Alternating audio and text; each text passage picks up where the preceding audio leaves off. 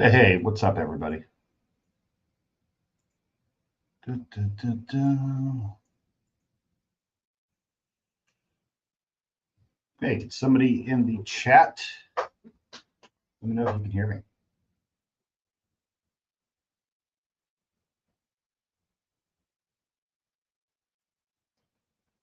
Du, du, du, du. Du, du, du, du, du, du, du, du. Okay, awesome. Great, guys. I am going to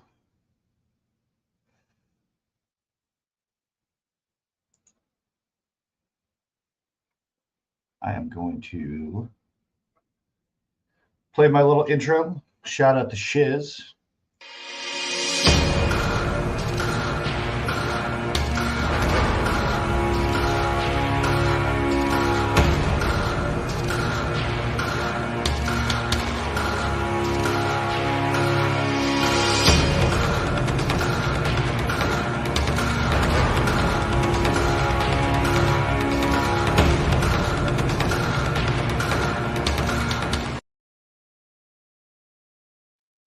That's awesome. Okay. All right. So, got a few guests coming on tonight, right? They're both going to be a little late. StonedVet, who you all know, he's hanging out with family, so he's gonna hop on when he can. Also, we're going to be joined by NavyTex at some point this evening, so that's going to be cool. As you guys probably saw in the last stream, dude's really cool, really knowledgeable. Probably one thing I would have liked to ask him when we first met was, what's it like speaking Farsi with the Texas accent? But I know that doesn't not really how it works, but super cool. Some things coming up. I just got off the chat with Shiz and Don Beefalo, Biffaloso, Bucelosis. So we previewed one of Shiz's videos, and I'm not going to give it all away, but from the cyber sleuth, from the doing this basically on our own time, Shiz has found some just incredible stuff, right? She's going to be highlighting that some of those new findings in the new video coming up that I get to preview, and it is awesome, right? It's like I have the skills to collect everything, and I can put it all together in a cohesive thought. I'm not that good at editing. I haven't edited a single video, right? Everybody else is helping me out with that. So yeah, really looking forward to that one coming out. I don't know the exact date. If Shiz gets on, just watch her channel at Shiz Happens. Tonight is Kaiser's. He's celebrating 4,000 subscribers, right? Now, I don't know how yet. I am going to figure it out, though, how to figure out whether I'm going to figure out how to find out if subscribers are real or fake, right? There's got to be a way using AI. So I'm thinking likely sentiment analysis, right? So you have all these followers, like what's the percentage of followers versus people who watch and people who comment, right? So the people who comment, it's one of two things. It's a real account or a fake account, right? And that's kind of pretty easy. If it's like, if your handle's Kaiser's ball sack, right? It's a sock account, right? Obviously. So yeah, interesting stuff. He's on there just chit-chatting away, having a good old time with his cold dead eyes. Some of the new information really pisses me off a lot, but it also, some of that new information leads to, really gets your mind going. I've said this in other videos. Guys like myself, guys like Josh, StonedVet, Master Sergeant retired, even Shiz, right? One thing that we need is an enemy. We need an enemy to function. We need an enemy to function well. We need an enemy to be able to like focus our attention on something. So I have kids and a family, right? So that's obviously first. And I have a career. That's obviously second, right? All this stuff is obviously third. So when I can do it, I do it. When I can't, I don't. Right? It's just that simple. I don't have to do this. I'm not making any money off of this. I'm not losing any money either. So that's good. But some things have to be addressed. Now, since we started looking at Kaiser, we started looking at some other folks too. And this issue of stolen valor is out of fucking control. I mean, I can't believe it. I mean, I've had incidents that I've been personally part of. It's kind of like the first time I realized that was actually a real thing. I mean, you see it before, like, you know, what stolen valor used to be when I was in the Marine Corps, right, was Marines would have, let's say the Marine was a Lance Corporal, right? The Marine would have a separate uniform that had sergeant stripes and different medals and maybe expert shooting badges, right? And they would drive hours outside of like our local area, right? And go to a bar. And then at that bar, they used their same name, right? And things were a little off. One dude got busted one time, right? And we smoked his fucking ass, right? Like we slaughtered him all weekend because you can't do that, right? If you do it in the military, right? If you fake your rank, I mean, that's a UCMJ violation. I forgot what number. Somebody would obviously in the chat know the number, but I'm going to pull up an article and I'm going to show it. My first real run-in with stolen valor. St. Louis Marine Corps League. Stolen valor. Yeah, this dude. Okay, here we go. Yep. There we are. So there is what I'm going to show. There is a mechanism. Let's see if oh shit. God damn it. It wants me to buy the news. Let's see, guys. Mark B. There it is. So this dude, I'm going to show this in a second. Just bear with me. Let's see if it's got a picture of him. Nope.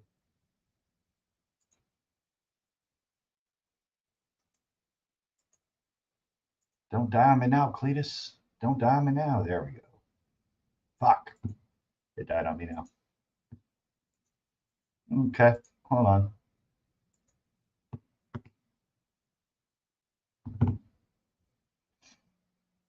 This had better work.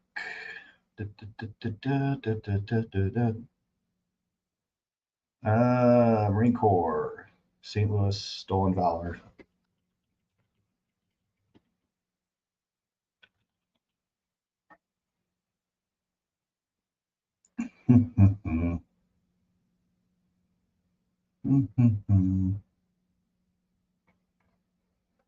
Oh, it probably doesn't know STL St. Louis.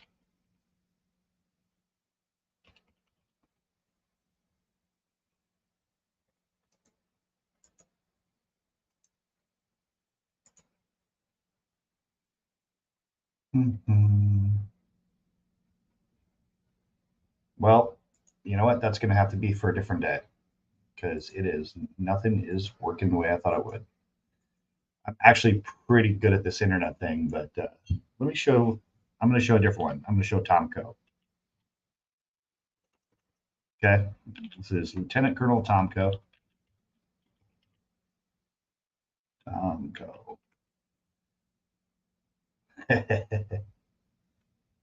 Okay, I found that one. That one came up quick.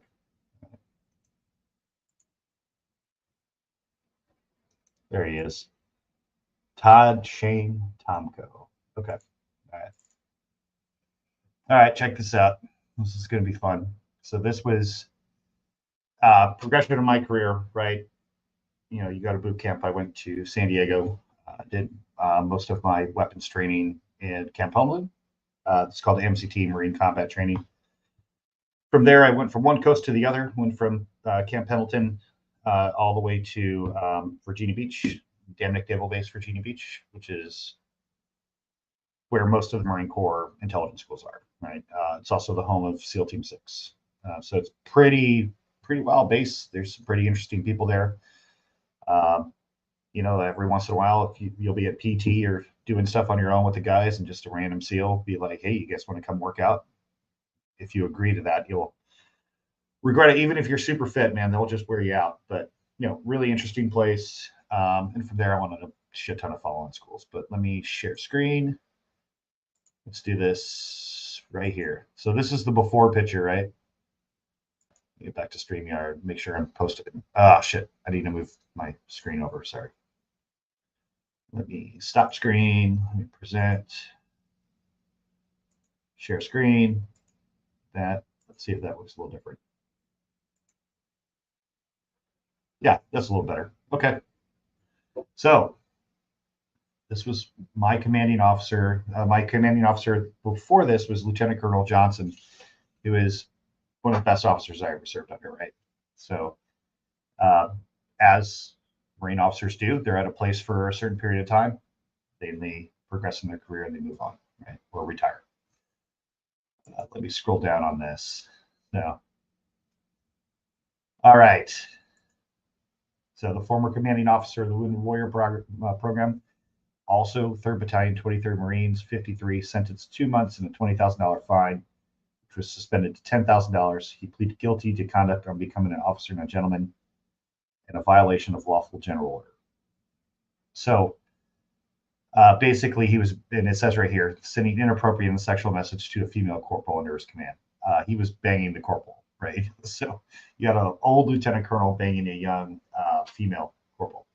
Not allowed. He also showed up at court. Yeah, he also showed up drunk at his Raymond hearing with the Marine Corps. Let me stop this and pull up a different article real quick. Let's do boom. Yeah, there he is. So, but these are before pictures. I want you to look at him here, right? Hey, dude looks like a Marine, right? He kind of a cool guy, I guess, right? One of those talkers. He's, oh shit, fuck, get out of here. All right. Let me share another real quick because this guy is just awesome. This guy's all the news, right? This is the only thing. Yeah, here we go. Here's the one. Yeah. So okay, then also pled guilty to child abuse, right? That's another one. So he was also like apparently a pedophile. Had no idea. Aggravated. Here we go. Okay, indecent liberties, aggravated sexual battery, and child abuse, and neglect involving 3 child relatives. Started in 2002. Yeah. So really bad. So remember the before picture, right? You got this tough ass, hard ass Marine before and after. So, the moral of the story is there's let me text Josh back real quick.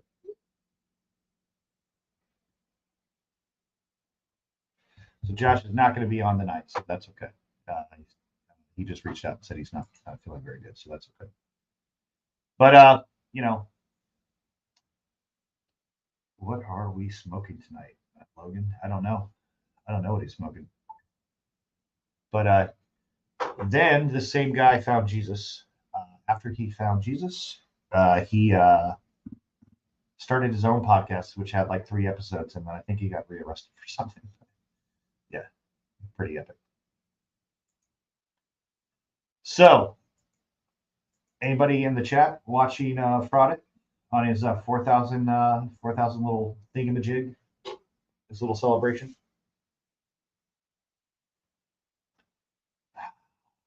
Yeah. I fucking hate that guy. I really fucking do. I hate that we're doing this. Josh isn't coming on. I'm assuming that NavyTex will in a little bit. That's all right. If he can't, we'll just bullshit. So I'm going to share. I'm going to bring on fucking shithead.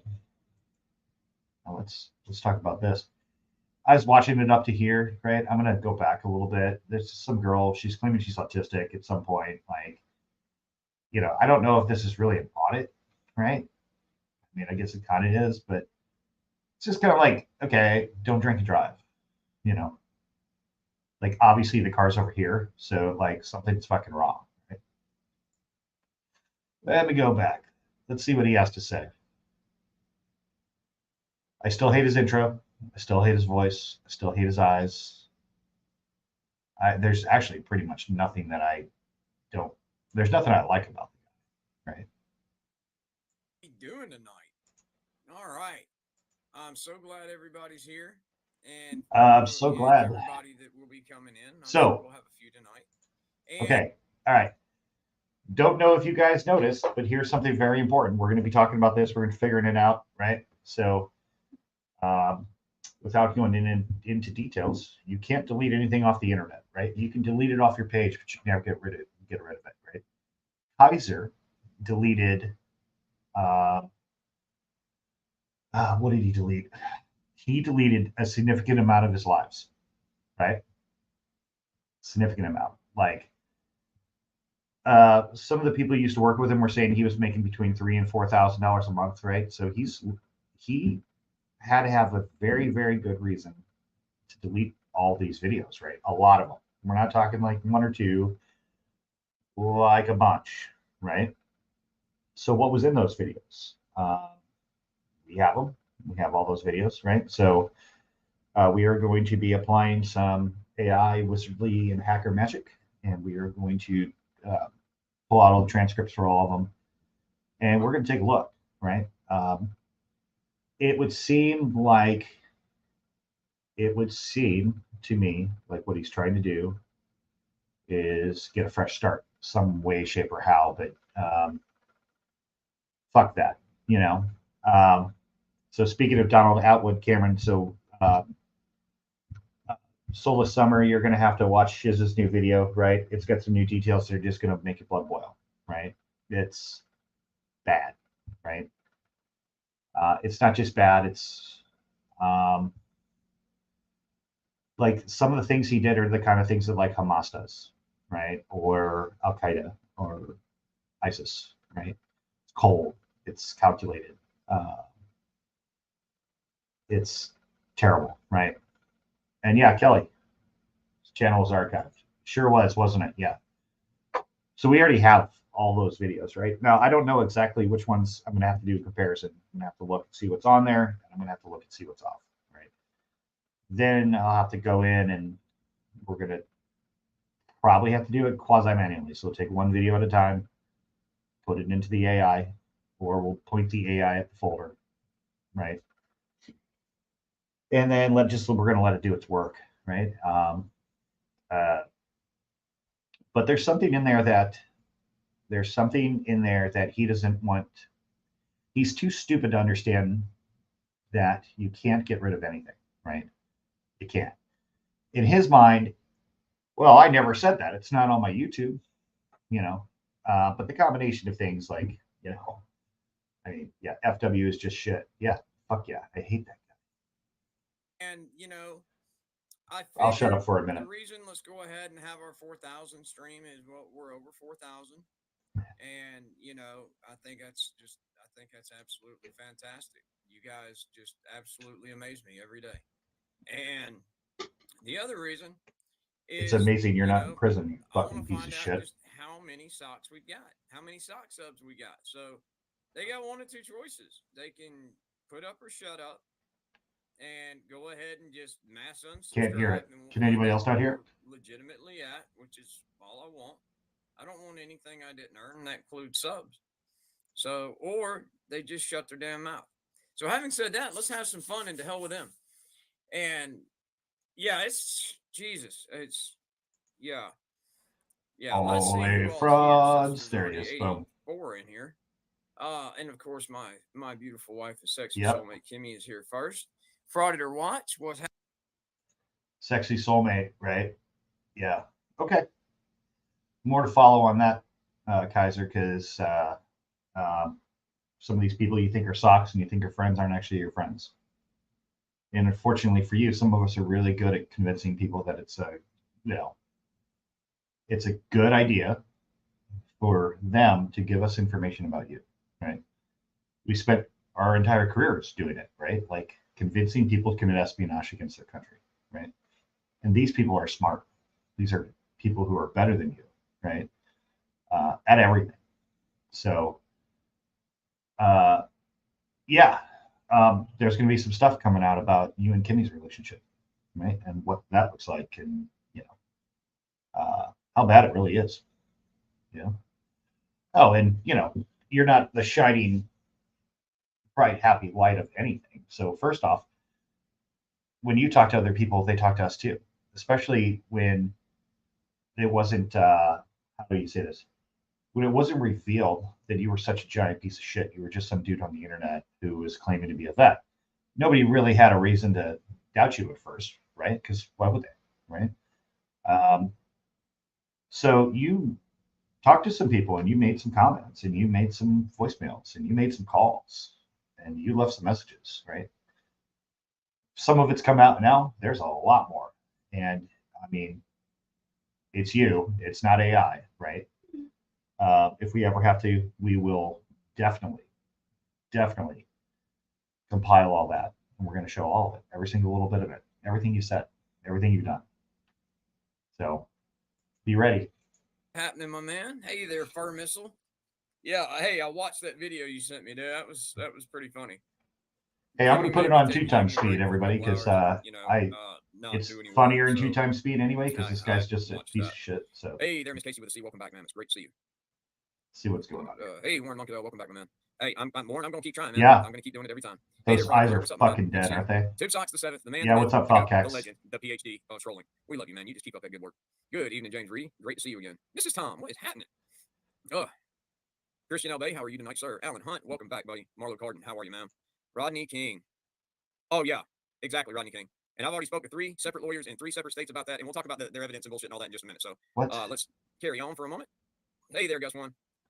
Oh, I know. Right, I'm going to slow it down just a little bit. But thanks for being here, buddy. Thank you for being here as long as you have. See Newhoff, welcome back. Billy, he's going through his shout out, which is to see you. A fourth of right all on of time, his videos. Master. I didn't see it.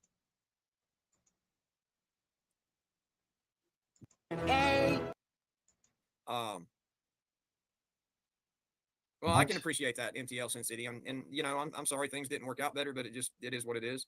Hey, Miss Linda Hill. Good to see you. Damn, still, fuck. Come on, dude. Congratulations. So it is what it is. Hey, Cast Graphics, what's up, buddy? It's good to see you. I don't know if you guys noticed, that is a shockingly large amount of money, right? $1.99. Hey, something else we're gonna do tonight, because I fucking hate watching this guy, right? I prefer to watch his videos over AI, right?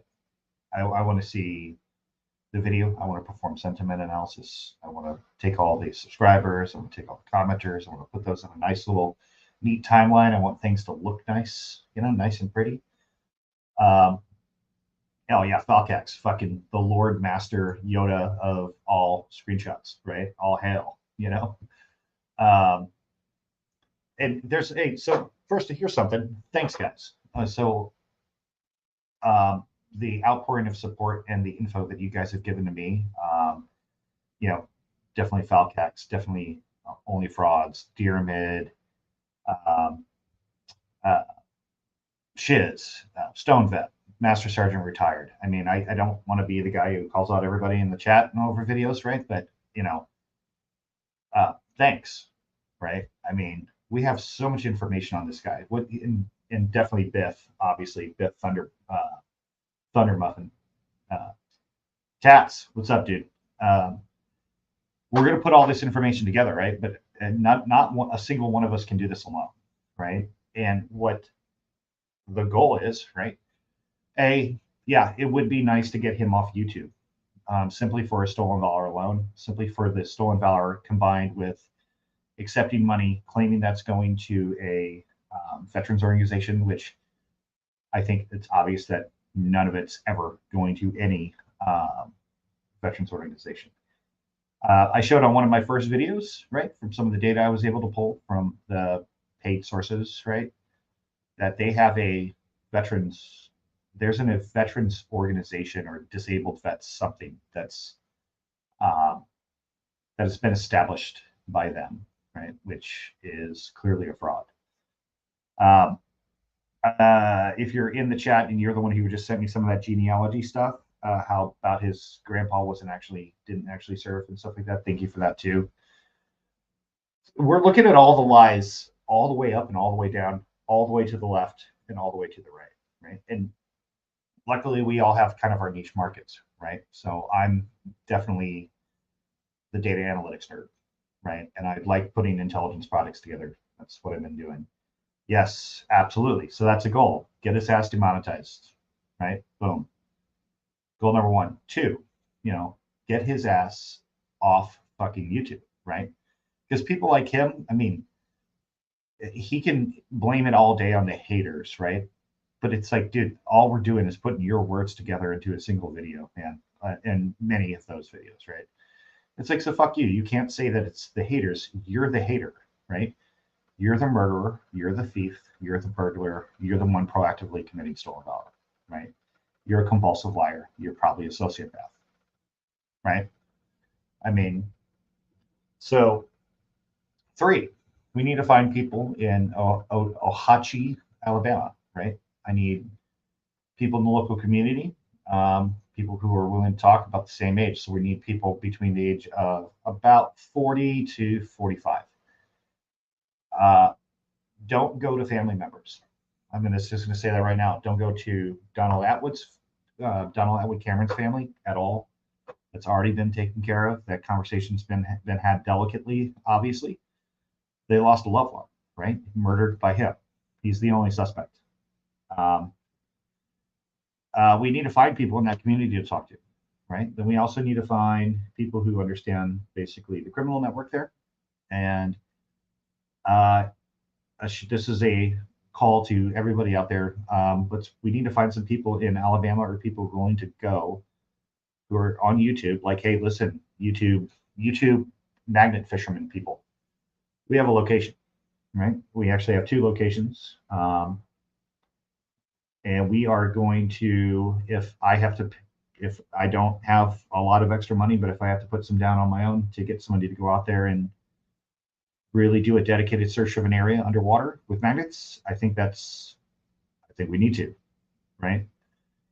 The community that he's from, everybody seems to know who he is, and that's not good, right? Not in a good way, in the worst way. Like there's fear involved. Thanks, Biff. Yeah. And what we need to do is between talking to Biff and Shiz and starting the live, I was just kind of, looking in the area, seeing if that's actually a thing in that area, and it is. So over the next week or so, I'm going to personally reach out to some of these people. Yeah. Okay, good. We're going to get them an exact location, right, like more than a screenshot, like, hey, blah, blah, blah. I don't know the lake. I'm going to get some Noah's right up the road. You can get, we can look at how fast water moves in an area over a period of time. So we know that the crime was committed on this day. So on this day, the weather was X, Y, and Z, the current conditions were X, Y, and Z, how often, I forgot what it's called. What is it called? We trained about this. If you're doing a beach landing, you have to train about the soil, how it moves, the sands and soils move when you're going to land on a beach, but I'm going to get all that together and get it to these people. So it's like, hey, the likelihood that if it was thrown here, it's probably somewhere in this vector. We're just going to do vectors, right? And then we're going to find that fucking murder weapon, right? You're right, Kelly. We can crowdsource, But yeah, that would help. And I'm not going to give any more details. That's because we should, obviously. But we need to work together. We need to work together to A, get them off YouTube, get them demonetized. C, work with not a malicious way, but in a thoughtful, analytical, and dedicated way to get them re-prosecuted, retried, and put in prison so that the family can get some justice, right? Because it's obvious that even though there's a new prosecutor who's promising, it seems like not enough is being done, right? And at the same time, nothing's being done. Everybody agrees. Even law enforcement, prosecutors, lawyers, people in the community, they're like, "Oh yeah, no, he did it." It's not even a secret within that community. So, fuck this guy, right? Thank you for being here. And I think that guy's right, one of the so- stolen valor dudes too. Don't quote me on that, but fun this here. Glenn Harlow So, piece of shit. Were one, and then I checked with another one in San Antonio. All right, let's go. Specific, email me and let me know. Let's get past this video and then see what he has to say. Yeah. PP Regan, that's right. I wonder why his hat's on backwards like that. It's like, okay, let's get past this video. So I also wanted to watch OnlyFrauds today. So OnlyFrauds put out some fucking great, funny content, right? I don't want to watch his whole stream. Just it's infuriating, you know. Some of these parts are funny though. I mean, let's see. It's higher math for these people. Yeah, that's kind of funny. Hi, Mom. Hi, Wait, Mom. wait. You sarcastic git.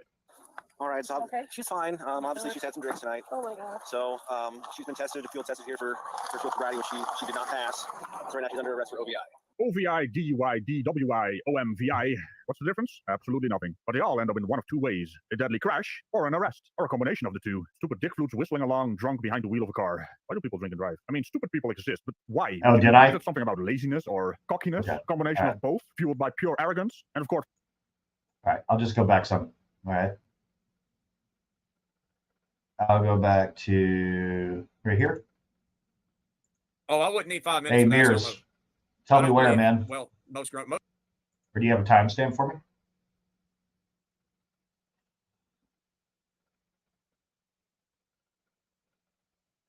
Just after roll call. Okay. All right. Give me a sec. really laughing my ass off because I got about 5 emails. Things didn't work out better, but it just, hey, Electric Light, it's good to see you again, man. Maverick, welcome. And so I thought that was funny as hell. Hey, Miss Edie Marie, welcome back, man. It's good to see you again today. I'll just let you 5 seconds. Hey there, Domestic Terror, welcome back. Okay. I don't know where that is in the video. So. Nightman's wife, I see you there. Welcome back, man. I can't see Weedsy the Door. chat. Sorry. Hope you're having a good day. I'm glad you're back too. AZ Jeep Girl, what is up? My favorite. No, I haven't missed anything, baby. How is my favorite AZ lawyer doing today? And Jeep Girl. Yeah, dude. Spencer, Just let me know whenever, man. Candidate L Bay. Good to see you, buddy. I appreciate that, Blanco. Oh my lord. Hey, Ron Klotzer. It's good to see you. R&R Paranormal. Spirit of Destiny. Welcome back. David E. Persons. It's fantastic to see you back here. What's up, NavyTex Ranch? He's going to be coming on in a little bit, guys. Hooray, So, hooray. How are things in Montreal, sir? so looking forward to that, man. Definitely new to the scene. Wrangler's middle name is Michael William Kaiser. His real name, Michael William Kaiser. K-I-S-E-R. So, in a little bit, you know, NavyTex is going to hop on. So that's pretty cool, right? Yeah. So we'll keep going with this just for a little bit, you know, and try to Thank you so much for the emails. I know I really I haven't don't got know. back with anybody's emails today, and y'all let's will try to have a nice forgive me for night, that. right, guys? Well, I can appreciate that, MTL Sin City. And you know, I'm sorry things didn't work out better, but it is what it is. You know, hey, Miss Linda Hill, good to see you. Congratulations again, Miss Becky, and we will get that up in just 1 second. All right, now, hey, 15 minutes, including calling out gifted memberships, and I got through that at over 130 people. I will take that as holy wow. And Miss Becky for $9.99 says I'm 100% cancer free for 1 year. Well, what we have to say to that is this. Hey, not to call you out, 81 USMC 2831, right? So, Kaiser, hey, if you're going to stream snipe at all and you see this, right? This is kind of what actual veterans look like, right? We have mottos and we have battalions, we have real stories, right? You tell your stories like you read them in a book. Although I'm shockingly surprised that you can read well, but you can't speak well, right? Like you had some doozies recently, but hey, but 81 USMC, thanks for the comment. Thanks for being on the chat. What's up, MJ? We all, oh man, ain't that a bitch? Yes, ma'am. F&A, Cotton, F&A. Is that what? Congratulations. I'm really happy to hear that. Where we are. I'm glad that you were able to do that for so many reasons. The selfish one for me is so that you're here with us. Ms. Dark Nook for 279 says, happy support to good people, Mr. Wrangler. Thank you so much, Dark Nook. Yeah. And one for Miss Kimmy. Oh, thank you. One for Miss Kimmy. Oh, thank you, sweetheart. Oh my God, geez. Like it's just we're so in love. Like we both do pills together. Where's my pills? Hey Kaiser, does it make you sweat? Does that make you sweat, buddy? Which one's this one? Oh, Losort and potassium. Oh, not Oxy. Oxy's behind me. But he's probably sweating. Yeah. So much. Glenn Harlow for $1.99 says, congratulations on 4K, Wrangler. I appreciate that, brother. And thanks for coming up last night. It was good to have you up here with us. And Angel Boostar for 2 says, congratulations on 4K times love. No. She does now, apparently. All I'll say for now is she knows. And conversations have been had outside with other people, and some of those conversations have been shared, but they haven't been released yet. So that's more to follow. From Aberdeen. But she's well aware. I really appreciate that, man. And in some ways, I feel sorry for her. Just having a fantastic week. Hey, Burning Bridges, welcome back. Make sure I didn't miss anybody slide in when I was calling those out. It is what it is, NTO. A lot of my call it mistakes of my past have been brought out by about 44 channels. So it is what it is. But hey, Cast Graphics, what's up, buddy? Yeah, no joke, dude. Thank you for being here. All right, so get to the fun here. You know, like I said at the beginning, guys, you know, some of us spend entire careers convincing smarter people, better people, religious people that it's in their best interest and it's been best interest of their families, best interest of their countries to provide us with information, right? Like to think that you can't apply those same techniques and methodologies to a bunch of hillbilly fucking idiots, right? Yeah, I'm playing the background on this one, right? I'm acting like what we call an HTO. I'm playing the HTO role, and I have my case officers and I have my my agents, right? And they are doing the work. I am doing the intelligence portion, and they're doing the extra work. But it is working. And you know, I found people, and you know, people like this are usually pretty easy to. It doesn't take a lot of mind fucking to get any of this shit to work, right? I mean, still electricity. I mean, I guess is it smart or is it not smart? I don't know. I mean, my electric bill in Loudoun County, Virginia, is fucking preposterous, right? But I'm also running like servers and a fucking cryptocurrency mining rig. So, but I'm going to move that from the garage into the office, and then it will warm the office during wintertime. So, you know, but maybe, yeah. I mean, that's so he's gotten busted. So a lot of his charges were firearm related. All right, he stole firearms out of the house. Basically, don't quote me on this. I might be getting it a little wrong or out of order, but he obviously went into the houses for drugs, right?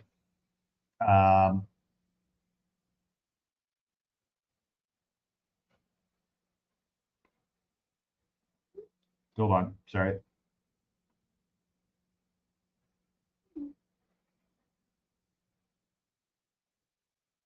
Oh, I made a mistake. So, okay, my bad. Probably not. You know, probably not. I'll just stop there. But... So, I was actually laughing my ass off because I got about 5 emails. Now, like I said, I do apologize. I didn't have time to really return any today, but I got the emails from you guys when I love you guys too, Miss Linda. About, Chrissy, Dumbwaiter and Tiffy going live again. Or not going live, but he was premiering a video. But it was a video of what they covered last week when they claimed that they got their stuff back. Well, here's my thing. Hey, Miss Tara.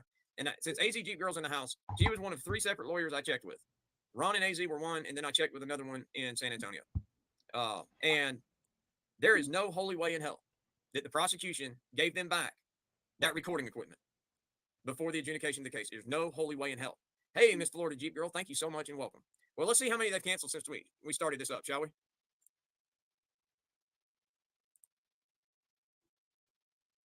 It's still hanging at 4,011, which actually shocks me a little bit, but, like I said, I expected to drop some. Hey, Shane Lawson, how are things down under, man? I appreciate that. Hey, Shane, make sure that your gift memberships are set to receive. Hey, Frauditor Comedy Show, how are you doing, man? Oh, I'm sorry, Rio. Would you like me to get some other funny clips, or the movie clips just not cool for you, or is it anyone specific? Email me and let me know, and I'll see what I can do to accommodate you. I hope that'll work for you. So yeah, so it absolutely slayed me. I was actually paying more attention to their chat. I'm gonna kick your ass. And in tradition, Kimmy Wrangler for 199 says, "Congrats, hubby. I'm very proud of you and love you." And thank you, baby. I love you more. Well, I know, Rio. I try to change it up so that it's not the exact same thing every time. But like I said, man, hit me up with an email. Kimmy would be more than happy to put my email in the chat and hit me up. And like I said, any suggestion you got for me, I'm more than happy to listen and do what I can to accommodate everybody. I appreciate that, Hellman Koala. Hot Rods 03, thank you. Who was he talking to about Beaton's ass? Did you see that? Anybody see that? Anybody catch that? The hell was that? That's weird. Last night there was quite a few. I can't remember specifically who gifted it to you off the top of my head. But we're glad you're here. What? Yeah, I'm not seeing a link anywhere. Crack turkeys. All right, I will do my best to remember that. I will do my best to remember that, Ron. I'll remember that, Lewis 42. Normally I don't need the music, but thank you anyway. That's good looking out. But so I was watching the chat in Dumbwaiter's little video premiere of the same shit I covered live last week when they got trespassed from the jail. And so hey, Miss KCP with a K, how are you doing tonight? So I was watching his chat just, for a few minutes, and it absolutely slayed me. I mean, it absolutely slayed me. You know that the amount of people that were watching. Oh, no. They got way more than. And fuck, I hate this guy. Wrangler, did you look up the Supreme case law that makes it illegal to lawyer at jails, prison? I haven't looked it up. I don't remember the case law by name, Zorkmaster, but I know that it exists, and I can name you several. I can name you a couple of different case laws on it. The state of Georgia versus Russell Clarence Pickron, and whatever the hell Lana's name is or was before it was Lana. And how about the state of Georgia versus George Metz? Guilty ×2. But no, I don't remember the case law per se, Zorkmaster. But I've looked it up before and I've read over it. So yeah, they were absolutely ready to do that. And that's one I'm working on for another guy that one of you recommended to me, and I really appreciate it. But that's another one of those 48-minute videos that I got to edit through, because that's 48 minutes before I've even managed to put. Sorry, Lewis. Sorry, Miss Becky. But that's 48 minutes before I've even put all my opinion into it. So we're going to have to cut that shit down just a little bit.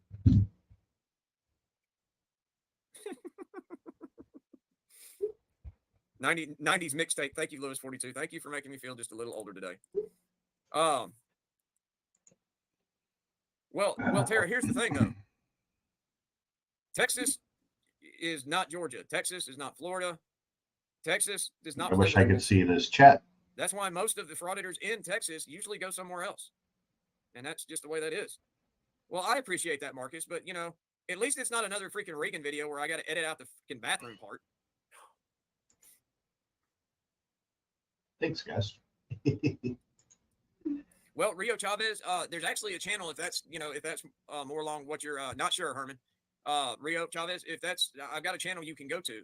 His name is Andre Sloan, and he does an exceptional job of pulling paper on the frauditors. But yeah, it's Andre Sloan. Somebody wouldn't mind dropping his link in the chat so that Rio can have it. I would appreciate that.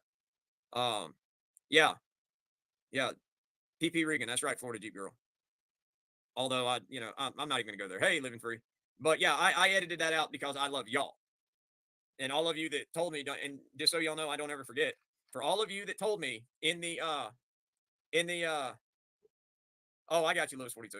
But for all of you that told me in the chat for that video, we owe you.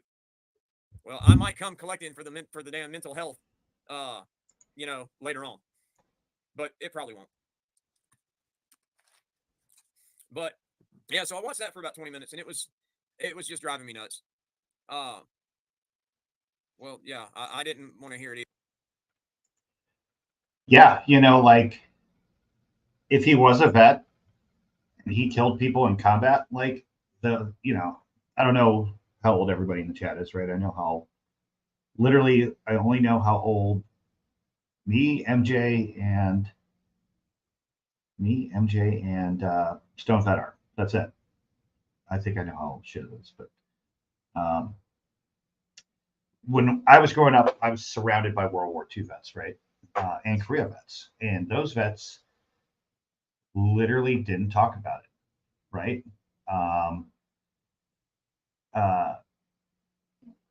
For some reason, there's a generational gap between those warriors and what Kaiser is claiming to be, right? So if you actually like the combat stuff, like I've released a few videos online over the years. A lot of those videos are just Nikon Coolpix camera sitting on a wall. Just you can hear, you can just hear stuff. You don't see stuff. He talks about killing like it's like somebody said earlier, like it's a movie quote, right? He shouldn't. The way he's acting shows that he doesn't have any empathy, right? Like he knows he did this, right? He knows he's admitted to a shit ton of his crimes. Shiz, help me out here. What did he say in one of his videos? Like the murder case isn't going to paint me in a good light. And then he said something like, whether it's true or not, something, right? It doesn't matter, right? Or something crazy. It's basically like, to me, it's like him admitting that he fucking did it, right? And him saying to you in one of your videos, right? Where he's like, being somebody who's taken life, I can blah, blah, blah. You never regret it and stuff. But it's just like, he doesn't give a shit. He's on the internet talking about fucking audit people, right? God damn. Fuck this guy. Either. I thought that somehow she stepped into a horse stall, but that's neither here nor there. Is irrelevant. Yep. Thanks, Shiz. Yeah. Well, actually, I think, isn't that fucking terrible? Regan Benson just frauded a damn coroner's office. These people just have no shame whatsoever. They have no freaking dignity, period. Actually, I think I hadn't had. Wow. Yeah, it's Andre Sloan, not Andrew, guys. It's That's Andre. pretty incredible. Yeah. But yeah, Marcus, I think I hadn't eaten yet. That was why I was able to keep my lunch down. Ask Elmo, man. Oh, Dark Canuck. Oh. Not nice. Wait. When is, ask Patrick Dallinger, is this recent? Was this a video that dropped this afternoon?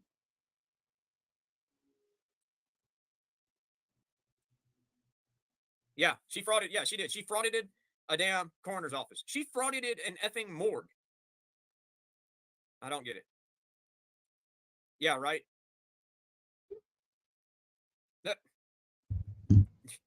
All good, Dark Canuck. Did he? So, yeah.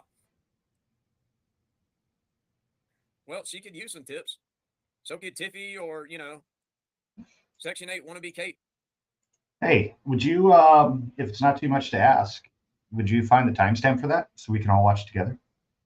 Because I'm kind of skipping around a little bit. I hate this guy. Like, I hate his voice. I hate his voice in ×2 speed. I hate it in 1.5 speed, right?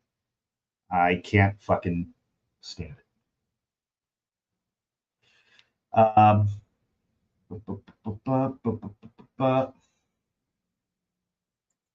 yeah, that's true. Well, he was 2022, right? Yeah, born tonight, but not last night. Yeah, if somebody wants to look real quick, and he made a threat. Let's listen to that, right? And of course, Shiz is Section 8. Yeah, I have. Yeah. I mean, if he was talking like, I don't know, Robert De Niro, I think I would be like, I'd like it a lot more, you know?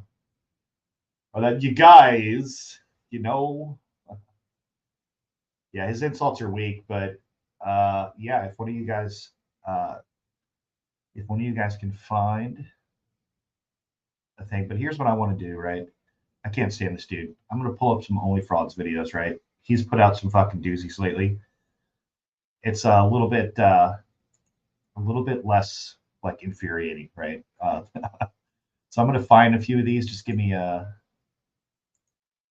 minute.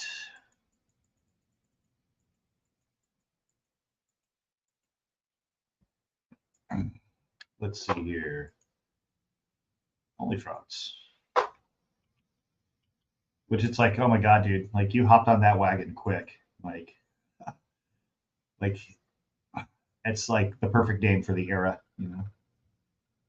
Let's do videos. Oh yeah, okay.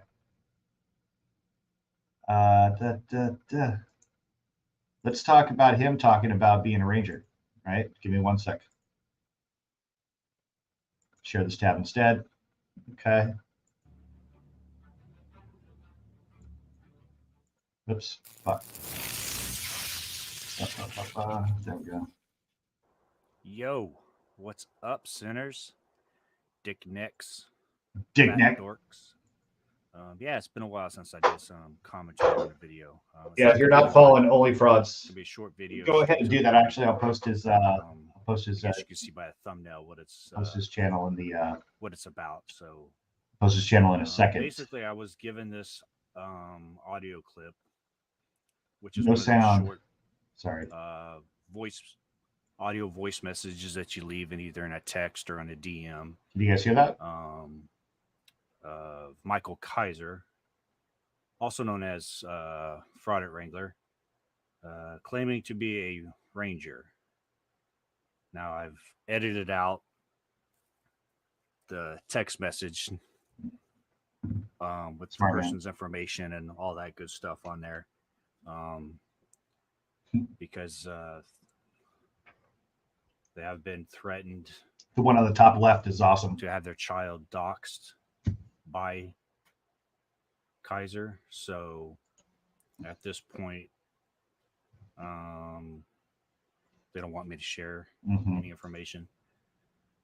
So you'll see that at the end. I put that in there just for context so you guys can see where the message came from. But you don't have a kid voice. Yeah, I got a lot more to say. I got a but super you guys don't voice hear compared me to cuss you for 30 minutes about Kaiser. So let's just get straight into it. And yeah, let's get straight into it. Yeah, here we go. Of course, I'm a ranger. I know how to blow shit up effectively and quasi-safely. But thank you. Yep. Of course, I'm a ranger. I know how to blow shit up effectively and quasi-safely. But thank you. All right, there you have it. Yep, there you have it. Stolen Valor Wrangler's own voice that he claims to be a ranger. Yep. I know there's going to be detractors out there saying, oh, this isn't real, blah, blah, blah, blah, blah. He's only joking. Well, he's not, because we also have it in a written form also. Never go full. But I told you it's going to be a short video. If you guys have any questions, just reach out to me. I sent this to Master Sergeant Retired first, so. Yep. Okay, so thanks for that. Let's pull up another one, all right? I mean, I'm really enjoying this this content, right? So hold Which one did I watch? The Gomer. Oh, here we go. Yeah.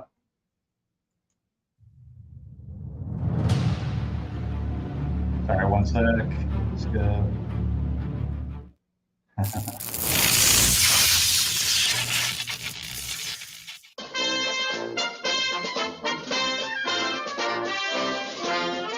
So, if you're not aware,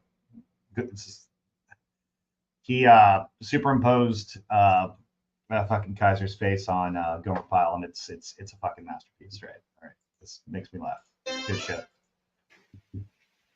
I may only get chewed out for this. And I feel the same way. I might lose my stripes and get busted. I want to kill you. I just don't know how I'm going to kill you. I might even get sent to the brig for who knows. Say a month, a year. But one day they'll let me out. I can't understand. And when they do, I'm going to look for you. I'm going to look and look until I find you. Because I'll find you. And when I find you, I'm not going to kill you right away. Not right away. But, sir, first, I got to figure out how I'm going to kill you. It might be by strangulation. Or it might be sir, you've got every right to feel that way. This whole thing's my fault. I thought I was helping out a buddy, and I never expected to get you into trouble. I just feel terrible. Do you really? Oh, yes, sir.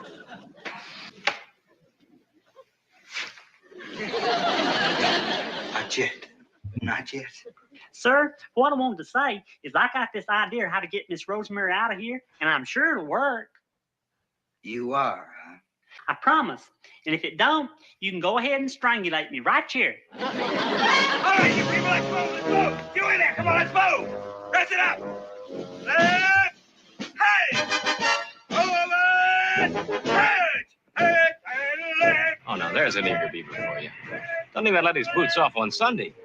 You know, maybe that's how he gets those honor platoons. Yeah. Left, left, left, 49, sir. 50. 50, sir. On your feet. Of all the dumb, stupid things to do, bringing a dame into your quarters. Dumb and stupid, stupid and dumb. Now, I don't want a sign, not a smell or a trace if there was a girl in this area. Do you hear me? Yes, sir. All taken care of, sir. I'll have you doing push-ups till you're an old man. Yes, sir. All right, get out of here. Yes, sir. Excuse me, sir. Sorry, sir. Aye, sir. What a knucklehead. He's the worst. He always manages to find somehow to... Cute. You gonna wear this Saturday night? Kaiser!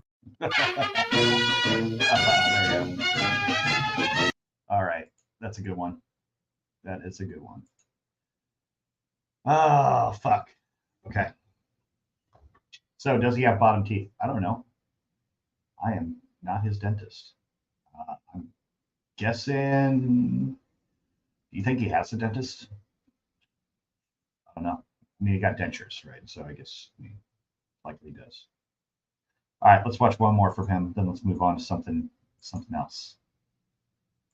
Yeah. Fraud it in his own words.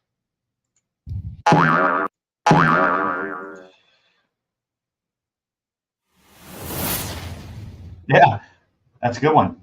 Tell us a little bit about your military story and actually taking a bullet for this country. Yeah, well, technically I took two, but one ruined a perfectly good sappy plate. I took a 9mm Russian Makarov round into my left shoulder.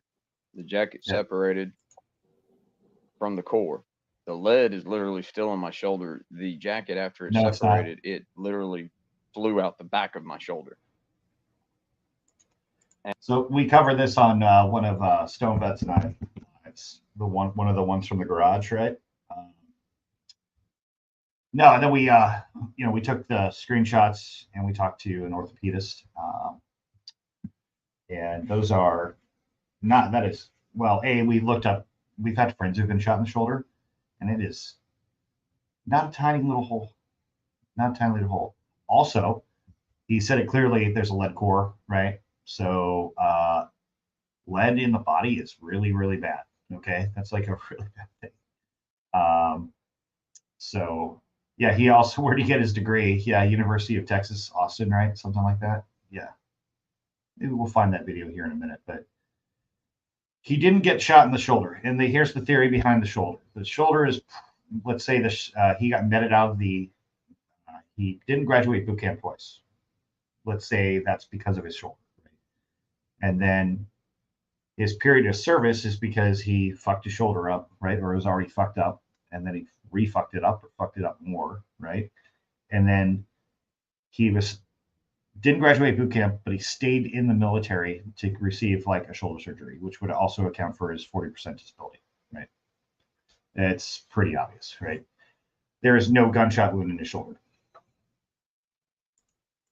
And after I returned fire, I woke. Next thing I know, I'm on the ground.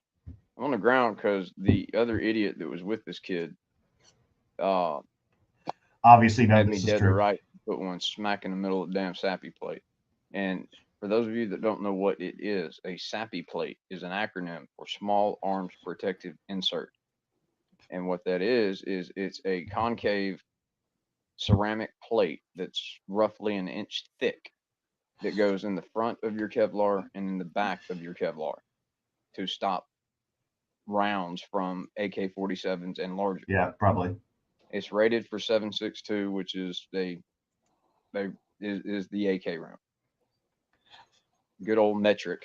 So yeah, can you convert that to freedom units? Freedom fractions, my friend. Roughly, freedom fractions. It would be a 308, but instead of 51 millimeter overall length, it'd be 39. So it's like it's a truncated 308 round. But yeah, this guy's a fucking. I have shrapnel in my back. I've had 9 surgeries. Yeah. What he's trying to say is, okay, so here's how it works. Like we don't do things in the metric system. We like our freedom fractions, right? Because nobody got to the moon using the fucking metric system, right? Yeah. So all of this is bullshit. If you're new watching or you're new to Kaiser, this is all completely fictitious bullshit, right? This is none of this is real, right? He didn't get shot. If he got shot, it was during a commission of a robbery, right? So, but he didn't get shot in combat. He never wore SAPI plates. He never served his country. So all these combat stories are complete and utter bullshit. Every one of them are freaking service related. And I did my basic at Fort Lost in the Woods. And guys, I gotta go. Bye. All right. Bye. Yeah, there you go. But yeah, mine was Fort Leonard Wood, lovingly called Fort Lost in the Woods, because it's slap dab in the middle of the Mark Twain National Forest. And yeah, the weather there sucks. I'll show you like guys. Iraq I'll show you guys the freaking scar. Hold on. Summertime, and it's like damn Let's go down Tora Bora Mountains in the wintertime. But yeah, he's a total. I mean, where's that base at? What, Tora Bora? Leonard Wood. Oh, Missouri. Oh, okay. Yeah, Pat, you have my freaking empathy there, brother. You too, J Carr. All right. Well, let's finish this first. Sorry, it's almost done.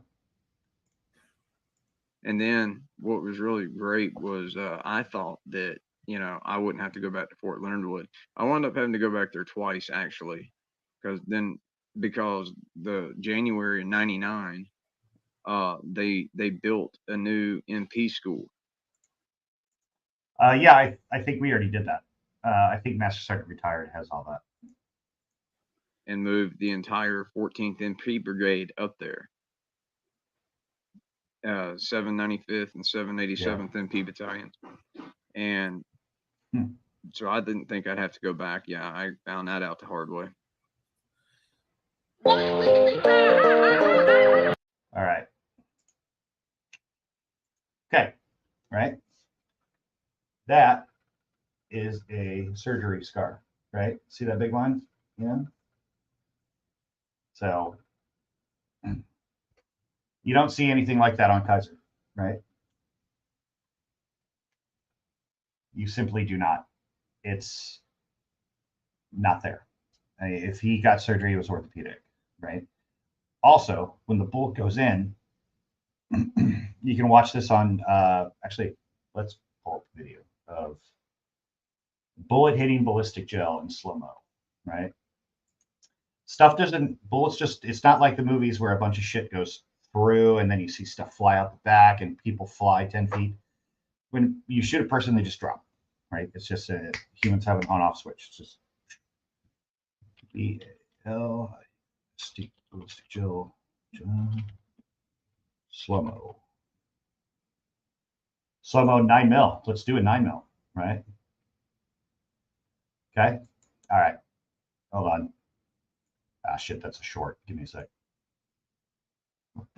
Slow motion 9mm horror me. Yeah, okay. Okay.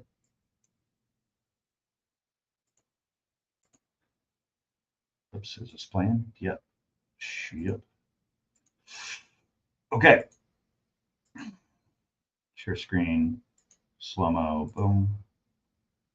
Okay. Let me make this big. Okay. Shit. All right. You see this first part right here, right? You're going to see stuff come out of there, right? There it goes. See it coming, right? Stuff goes out both ways. And it cavitates inside, right? That was not the best video. Hold on one second. That was short too. That's old. It's like old. Okay, let's do.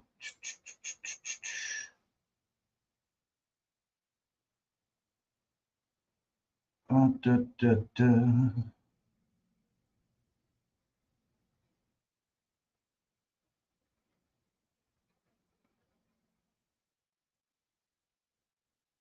right.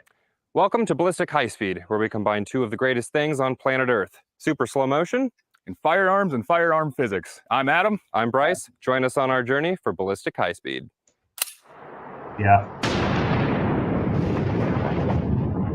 So let's just, hold on, let me pause it for a second. Oh, there we go. Yep.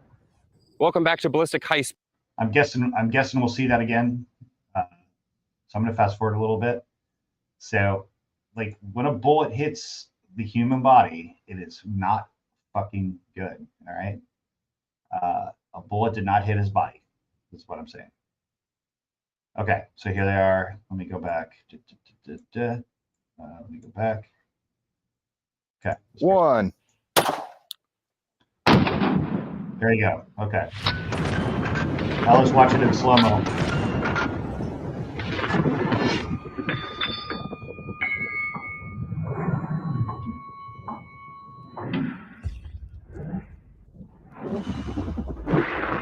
Oh, it didn't even slow down. Shit. I mean, I'm sure it did, but yeah, and it like heals itself on the way out. Oh, we got a little bit of a explosion right there. Oh wow! So this right here, this is 5,000 frames a second. Look at that. Yeah, that's a nice little bubble in there. Yeah. Curious what that defense ammo is going to look like. Yeah, I am too. It did go. So that was just a standard round, right? Yeah. And you know, Stanley, you got a point, right? He's saying he got shot with a Russian 9mm, which is a 380 probably, if it's a Makarov. But yeah, but still, bullets goes in, like it opens everything up, that stuff closes, and it shoots shit out both sides. Okay? And if he's saying there's shrapnel and the slug's still in there, then it obviously hit bone. You know, but he's none of this go through. Anyway. You said you were surprised if it would go through. That is the tiniest little exit. All right, let's check out the real high speed.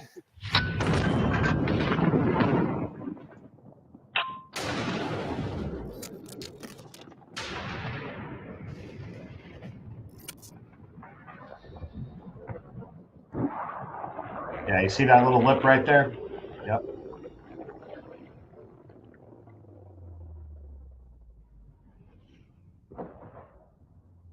That's the air compressing. Boom. Yep.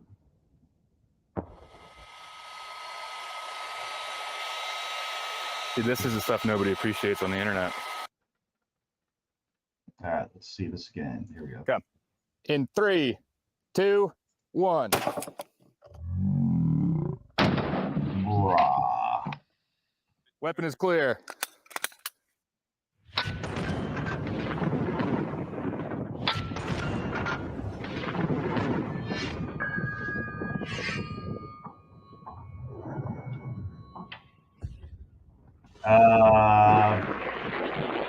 It's a lot more cavitation on that much one. longer. I don't know. More consistently wide throughout the whole thing. Oh yeah, look.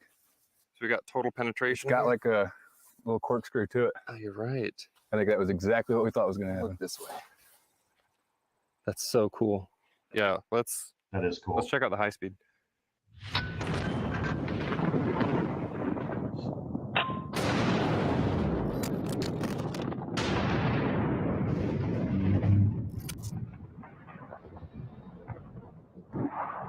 Oh yeah. Oh yeah. Ooh-wee, that's fucking gross right there. It's spinning like laterally too. Yeah. Well, let's see if there's a detonation when it implodes. A little one. Yeah. There you go. Yep. Even slower. Here we go.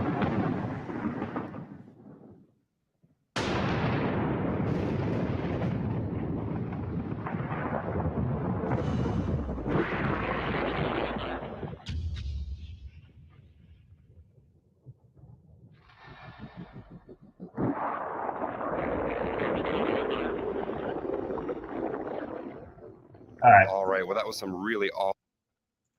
So in reality, you want the bullet to tumble, right? Having the bullet tumble is actually a good thing. Oh, the audio is way low. Sorry. Shit. I just saw that. But some people say it's fine. Some people say it's not. That's crazy. But listen, we don't have to argue about it because it's a fake story, right? I mean, it's completely false, right? On your own time and your own computer, right, or your phone, look up gunshot wound in the shoulder and see what that looks like. I mean, it is not fucking pretty at all. It's especially if it hits clavicle, shoulder blade. You know, I mean, there's a lot of things that take you out of the fight there. He was not hit by one of those bullets. Period. So, but yeah. Let me check my phone real quick. Okay. So, what do you guys want to talk about?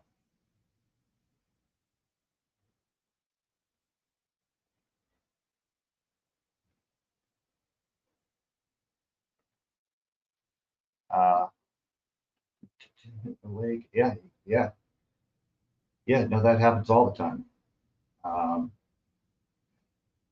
People get shot in the femur, the bullet ricochets up their body, comes out their shoulder, their neck. You're fucked after that. Period. So.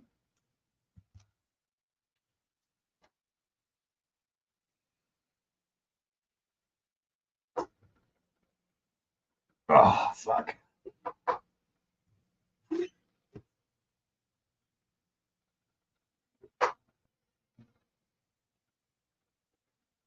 Okay. Irish gangsters. Yeah, we could. I don't think I'm ready to talk about Irish gangsters because I haven't done enough research yet. Touche. Guys, here's what I'm going to do. I'm going to find this piece of work I did previously. It's called the DNC Data in the Hands of a Trained Intelligence Professional. And I'm going to show you some capabilities on the Intel side. Let me just find it real quick. I don't want to watch a video of me. Did I play what in here? But I'm not going to watch it. I'm not Kaiser. I'm not going to watch videos of me watching videos of myself, right? Because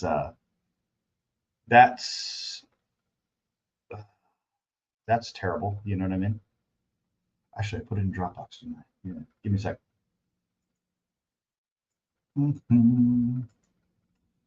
Or Google Drive, actually. Oops.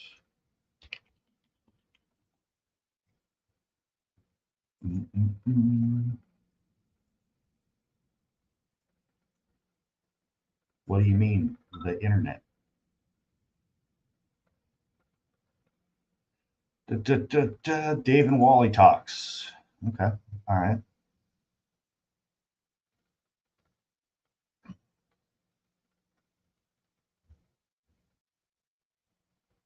Okay, I found it.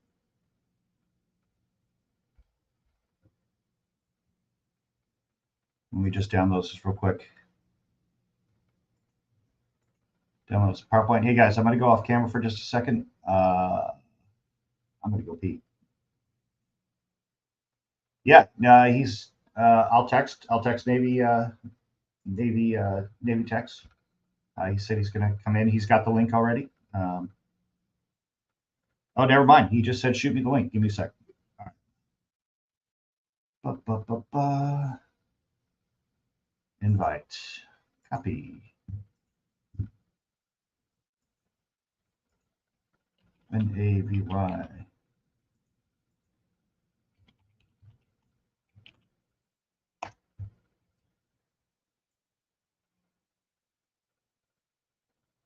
Okay, I just sent it to your email. Guys, I'm going to be right back. I'm going to. There he is. I'm adding NavyTex in here. Hey man, I'll be right back. I got to pee. All right, Bubba. Sounds good. All right.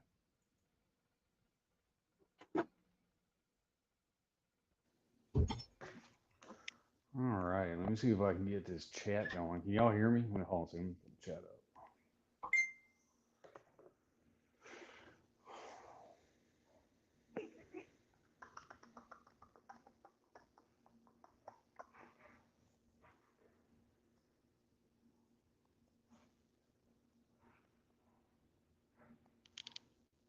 Hey, Goosebump. 801, how you doing?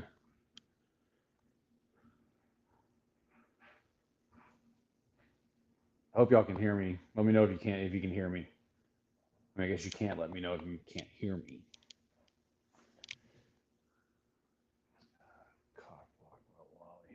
God,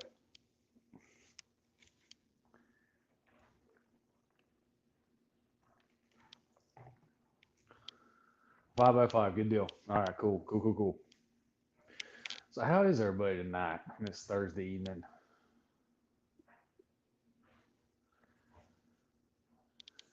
Hey, comfortably numb. Okay, Team Bandy 2804, what's your military question?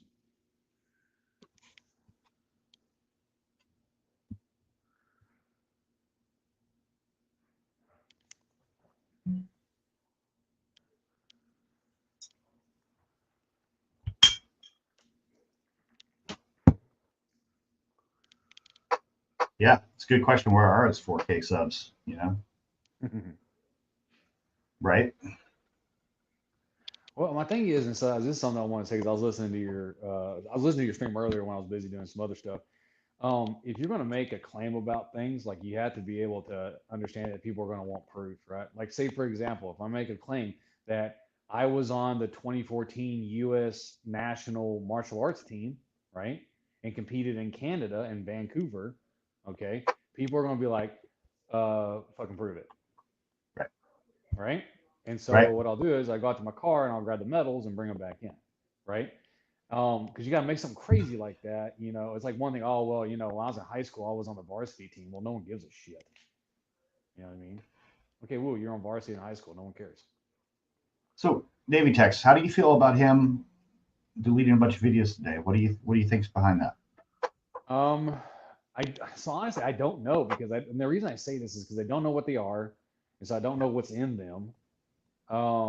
Or because what basically usually when I see people on YouTube deleting videos or privating videos or whatever, it usually has to do with the context of what's in them, right? So I know like the titles, and I'm like, okay, I remember this stream because they were in here and they showed someone's address, or they were talking mad crap about somebody or whatever, right?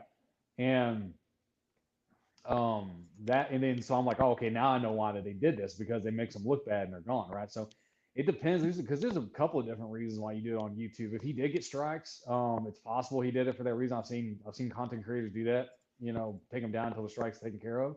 So I think Frauditor Troll did that. Like he would get a strike or something on a couple strikes on a video, and he'd take it down, or at least private it until he got it figured out. So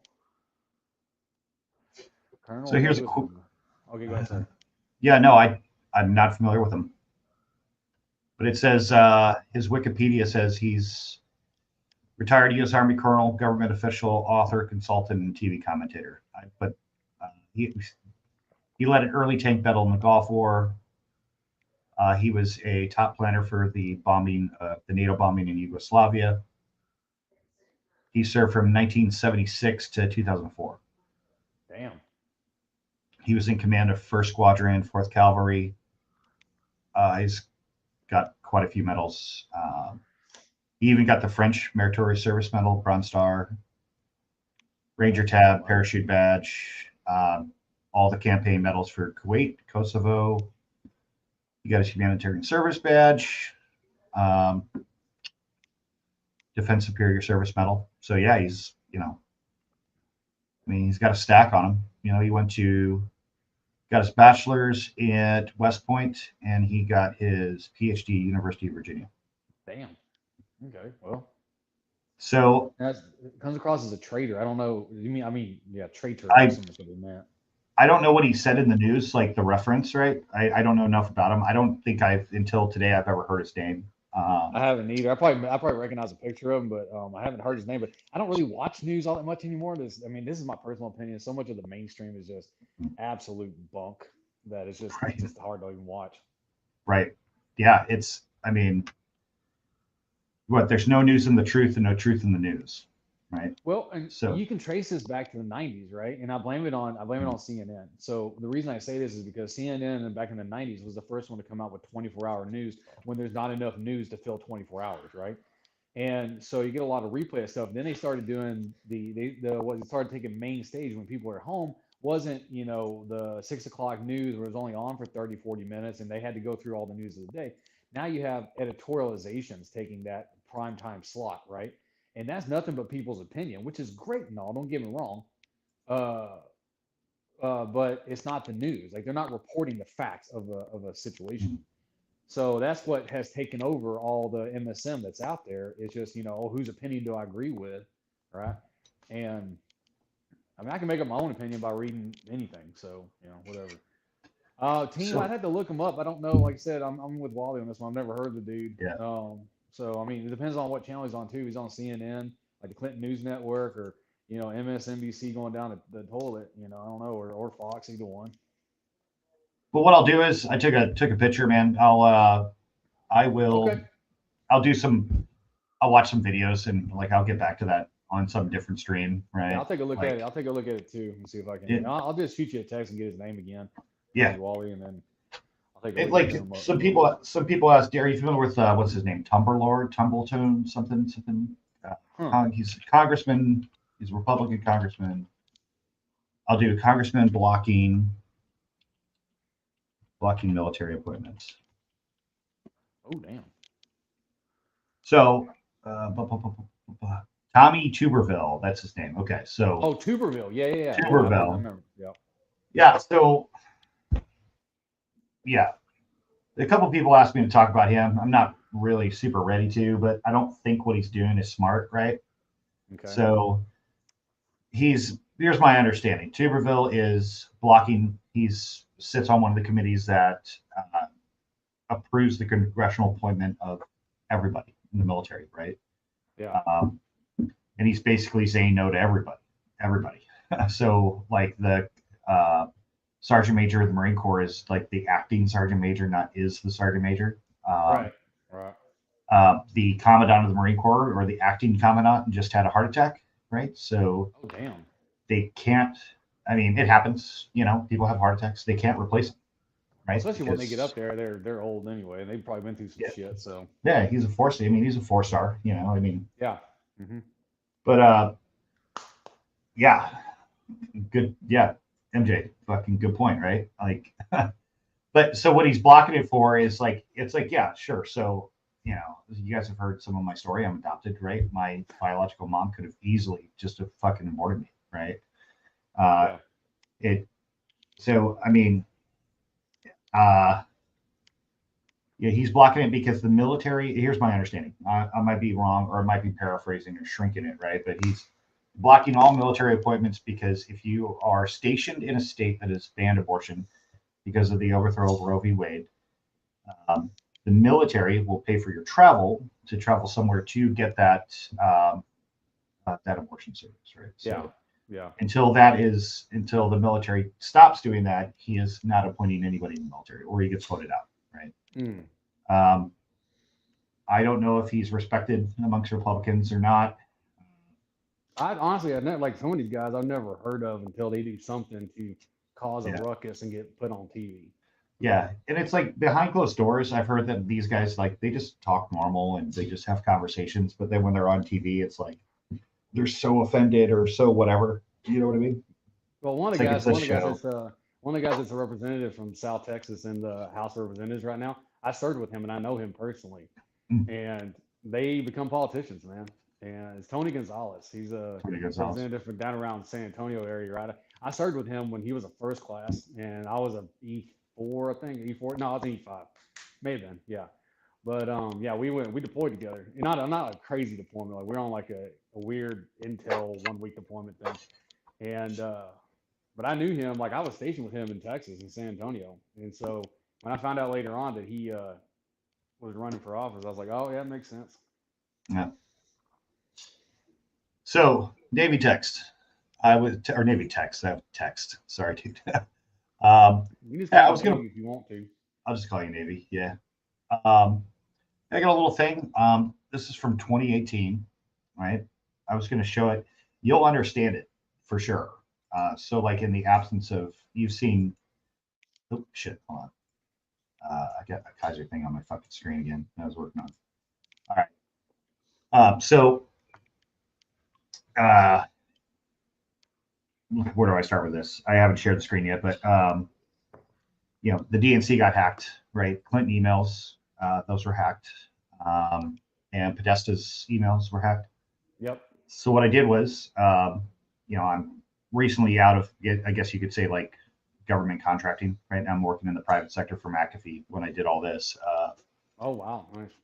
So I took all this data and I put it together as if I was like basically Russia, right? I was going to act as like a Russian SVD, Russian KGB, whatever. And I built a whole kind of intel product, and I was going to go through that a little bit, kind of show the capability. These are the same things that I'm doing with basically the Kaiser data. Now there's less Kaiser data than there is from the DNC, but you know, everything. Oh, let me switch screens real quick because that started looking crazy. Okay, hold on. Are you making an analyst notebook? Yeah, this is all it's analyst notebook. Yeah, it's already built. It's already built. Nice. I just have to get it on a different screen or get this on a different screen. Here, I'll do this. So for those that don't know, Analyst Notebook is a analytical tool that was created by, I want to say it was MI6, and then it went public. Originally, yeah. And then it went public, and basically all it is, it's an analytical tool that allows you to have these like very detailed nodes, but now you have like little pictures and stuff you can put with it. So when you have to create a graph of what you call like the intel connections, via the in person, via some kind of communication aspect or whatever, then you can use it. And one of the biggest users of Analyst Notebook to this day is Walmart. They use it to track losses and stuff, and when they track people, they also use it to track people who shoplift. Yep, that's true. And it would before, when the Brits kind of built it, then I think IBM bought it, and then I know DEA used it very heavily in the when who was that big drug lord in Colombia? They did a TV show about him. No, you're talking about oh God, if you hadn't asked me, I could have told you. Not El Chapo. No, it's Pablo Escobar. Pablo Escobar. Yeah. So it was that's when it's got its foothold in the IC and law enforcement. Yeah. So some of the slides, I'm just gonna, obviously, where's it go? Oh, I can switch it right here. That's cool. Okay. I didn't know I could switch it in StreamYard, but.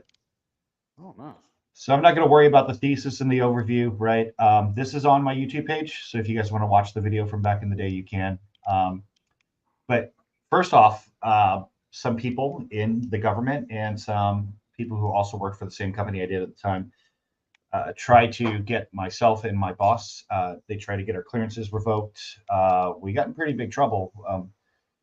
One of the agencies we were able to get them over and show them the brief and show them the data, and they determined that no classified was leaked because it wasn't, right? This is basically, you could say this is just because you have the emails doesn't mean you read them, right? Do they also try to get you on FOUO as well? Yeah. Like, oh, this is FOUO, so you can't be putting it out there even though it's classified. No, they didn't. We ended up keeping our clearances and everything was fine. And those people were kind of embarrassed that they even brought it up in the first place. But so when I talk about stuff in here, you can literally go to the agency's website and see it. But it's open source, yeah. Open source. So, this is human doctrine from the book. What is human intelligence? When you do human intelligence, you look for three things. So think about these three things when I'm showing the slides, right? How, if I was Russia and I was looking at the DNC, I'm looking for people with placement, access, and accessibility to information, whatever that information is. It depends on, in this case, it would depend on Russia's strategic interest, right?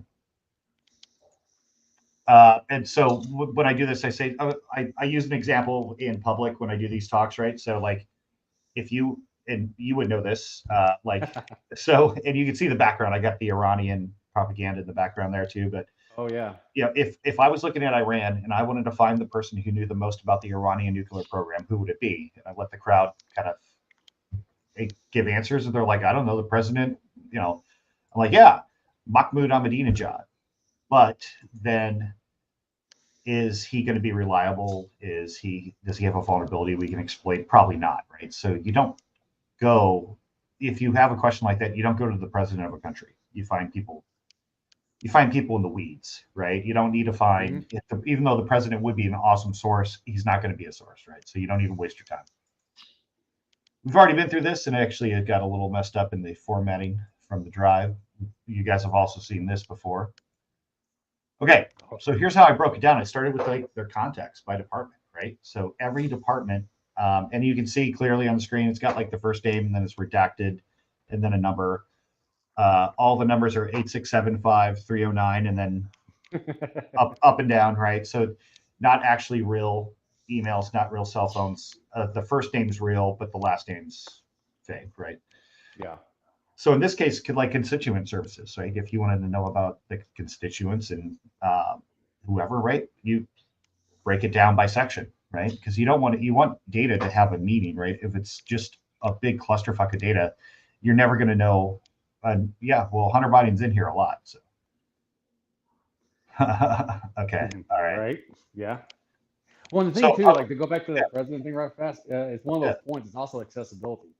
The accessibility to a president is zero. It's not worth the effort. Yeah, it's head of state to head of state at that, or ambassador to head of state, right? You're never gonna somebody low-ranking military official is never gonna get within arm's distance of the guy in the first place, right? So period. So here's another example. This one's party affairs, right? So who works in party affairs? Can we find vulnerabilities within these people to get them to tell us what the party's doing? And if so, can we sway what the party's doing to do something else, right? And that's Intel 101, right? Yep. What I've said before on the stream, we take things from macro to micro. So the thing on top, you can consider that the merge, and then we have the section or the cluster, and then we have the breakdown, right? So this is the Democratic Policy Committee and just two of the members, right? So boom, boom, boom, boom, members. It's all redacted, So taking things from big to small. Then you can focus. And I'm going to show an example of that. What's a tier 1 level look just the tier 1 example, if you find one person for whatever reason, and then you start looking into their history or their background or anything, right?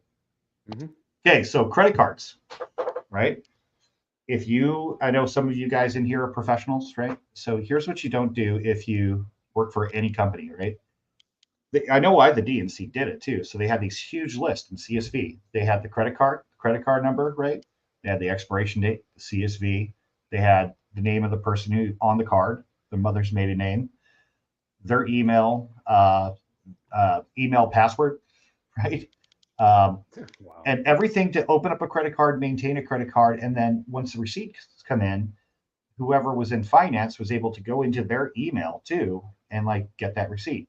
And like it's like, oh no, we'll have everything on this list and take care of it. Yeah, well, it was years after I built this.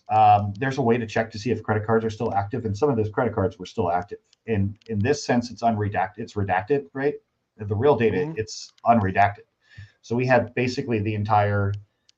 I mean, if you really wanted to fuck somebody, start fucking with money, and I mean, they gave you everything in the DNC data dump. So everything. And this is just 9 examples of hundreds, if not thousands, right? Oh yeah. Location specific. So here's Josh would have been great for this section, right? For PSYOPs, right? Once I had this big body of data, like this is for donor specific, right? So I can go to New York and I can see all the people who donated to the DNC in New York. But I can get it more specific than that. I can get it this specific address, like a high rise. I can get it to a floor. And then what you do from there is you start using propaganda, right? You start putting leaflets into the mailbox, things like that, This can be very effective. Send emails, but paper literature works. Give them some stickers. People like stickers, right? And you can start swaying the view, because if you imagine that everybody's already Democrat, let's say they're center Democrats, and you're very much on the left, you can start getting them more extreme left, right? It's not hard to do. He's not. Oh, sorry, I just got a funny text. So, okay, so donor specific. Now this is where it starts getting really, really, really, really crazy. So I broke it down into a bunch of different sections, and then this is like one of the master merges, just one, because once these things get too big, you can't really see any detail on the screen. But 5 to 10 million, right? And this is public. You can just Google this. That's why it's not redacted, right? The Wasserman, like the Wasserman Schultz Foundation, obviously, right? The Rockefeller, obviously. Oh, by law, they have to be made public, right? They have to be made public by law. Yeah. Michael Shoemaker, the Commonwealth of Australia, Sheikh Mohammed Al Moody, the state of Kuwait, right? So, and they were donating 5 to 10 million, right? Then you have the 10 to 25 million dollars, and there's actually more. These are just some that people would recognize, right? I did redact some on here. The Hunter Foundation. That's interesting, huh? Right? The government of Norway. AUS, AID, Australian aid. Kingdom of Saudi Arabia. Shocker, right? No.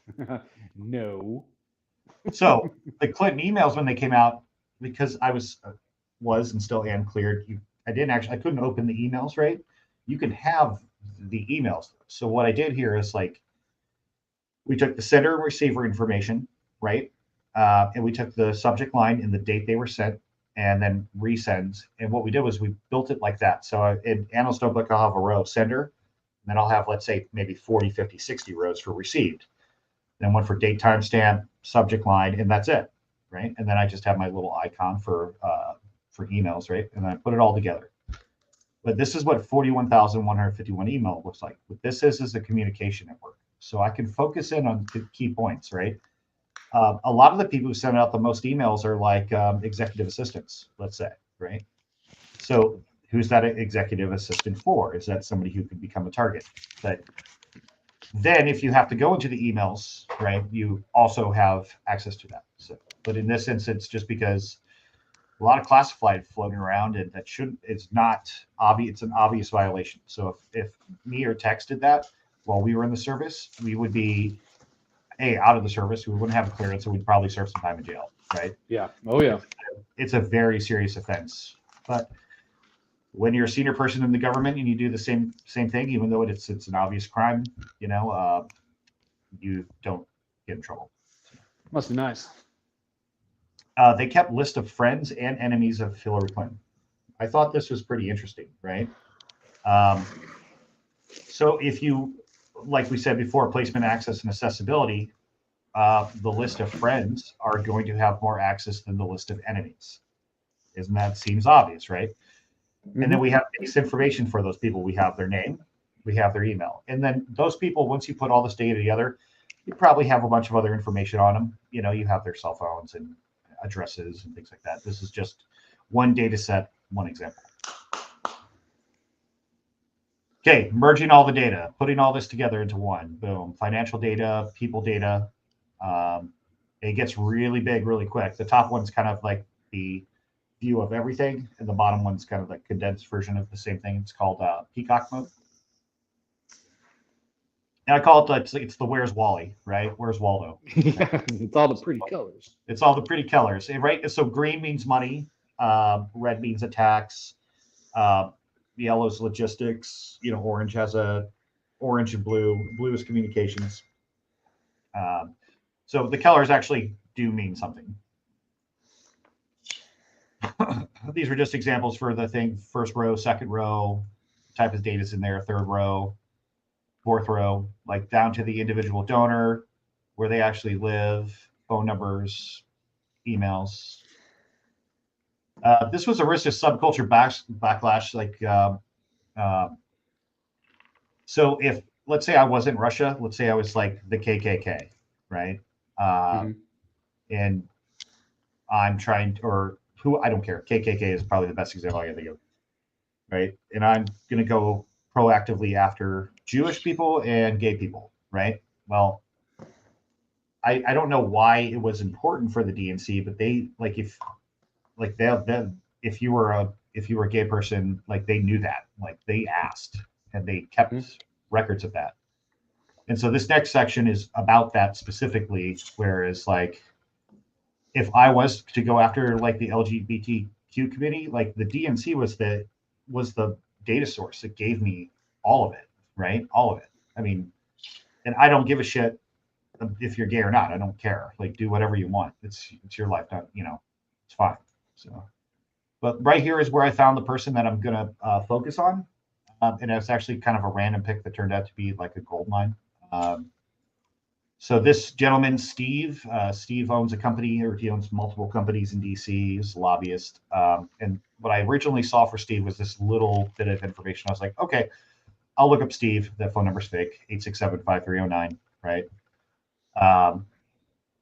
That's what he told us on one of his websites, etc. And then this is what it looks like when you actually start targeting people, right? So over here is Facebook. This is his, let's say, political Twitter, and this is his private Twitter right here in the middle. Can you guys see my mouse, by the way? If you can see my mouse, give me a 5x5. And down here is a bunch of his information. So, like, what sources would you use for this? I use Library of Congress, employment data. I use paid services, social media, personal information from multiple sources. Political events and fundraisers data from the DNC, and I can't see my other part of the slide, but quite a bit of data. And this part of the, let's say, the operation is just the first step. So we have this is his Facebook and his Facebook friends, right? Twitter followers are followers are the ones he's following, right? So in the real world, I would find all his friends and then all of their friends. And you don't need to go out 2, 3, 4 steps. Typically 2 is enough. You've heard of 7 degrees of Kevin Bacon. That's what it gets like. After 7 steps, it's not really as important or as of value, but 2 steps is good, right? Always taking 2 steps is good. So one thing that's awesome is if you need to know who works for a company, they'll tell you. right? So in this, this actually was. This is two different companies, Company A, Company B, right? And you have all these employees, their names, their job title, but then we have these 7 right here who just happen to work for both, right? Obviously, they'd be a more priority of a target. Target development. All right. So we talked about we didn't talk about it. Let's talk about it now. Vulnerabilities, right? If somebody doesn't have an exploitable, let's say you've asked and you've tried, let's say it's called financial remuneration, right? Which is financial remuneration is where I pay you and you give me information, right? If that information starts being bad, you don't get paid, right? So what if you don't have a vulnerability, right? Start fucking with their money, right? So these are some of the companies that this individual has represented in the past, right? At the time that I was giving this, the Me Too movement was in full force, right? So what happens if I go down here to the NFL or to Ford or to Citibank or Miller Coors, right? And I wear a suit and I come with a legal team that's not a real legal team, right? And I go to their HR department and I have this story already made. And then all of a sudden, Citibank's not a client. And I go to him and it's like, hey man, I heard Citibank's not a client anymore. I'm going to start working on the National Association of Broadcasters, right? Start chipping away. And it's like, you're going to tell me what I want to know or you're not going to have any money, And if you're successful at that, which if you have resources, assets, and people, you can be, right? Once you start fucking with their piggy bank, if Pat's Cats, if I had data from the Republicans, I do now, and I am going to at some point. Yeah. I'm egalitarian when it comes to data, so I am going to do this. But you'll be surprised when I do this for the Republicans. I guarantee you, even though this data is old, a bunch of those emails are going to touch. So. Oh yeah. Come on. Yeah. And so I forgot what this one was, but this is just the social media aspect of it, looking at followers and then followers of followers of followers, etc. Keep it going. What is this? Big question. How can this be applied to other target sections? Okay. So then it moves on to cyber, basically the same methodology applied to infrastructure. I'm going to do a whole talk on this on a different podcast, right? But we'll talk about how data is intertwined with each other on the IP space. How do you know that Russia's Russia? How do you know that China's China? How do you know that Iran's Iran? How do you know North Korea's North Korea, et cetera, et cetera, et cetera? I have a joke for you right fast. Okay. How did the cyber criminal get away from the cops? I don't know. How did he? He ran somewhere. That is a dad joke, and that's awesome. It is. It's an icy dad joke, and I love it. Yeah, it sure is. Yeah.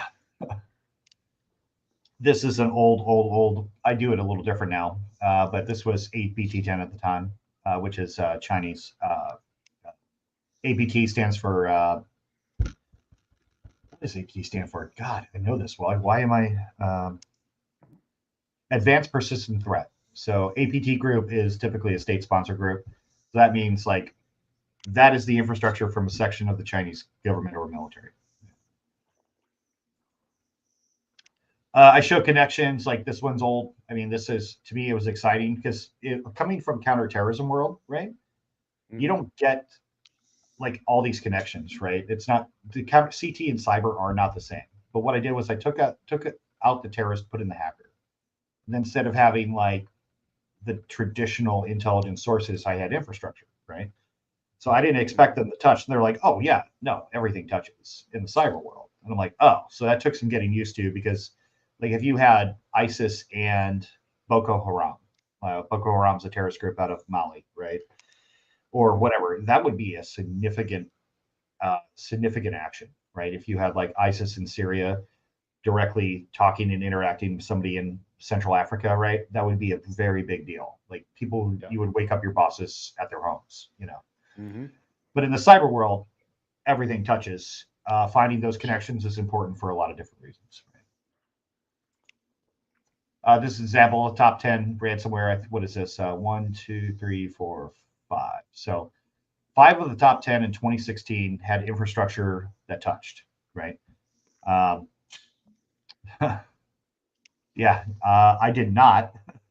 I wasn't even in the military at the time, bud. McLongerballs. I joined because of 9/11. I was in school for architecture. Yeah, like I had all intention. I was in school for chemistry. I was going to be an architect. Were you going to be a chemist? You know? Yeah. I didn't know at the time. I didn't know really what I wanted to do with it, but I just enjoyed chemistry and stuff in high school. And funny story, my mother was my high school chemistry teacher. No shit. So you got an A? No shit.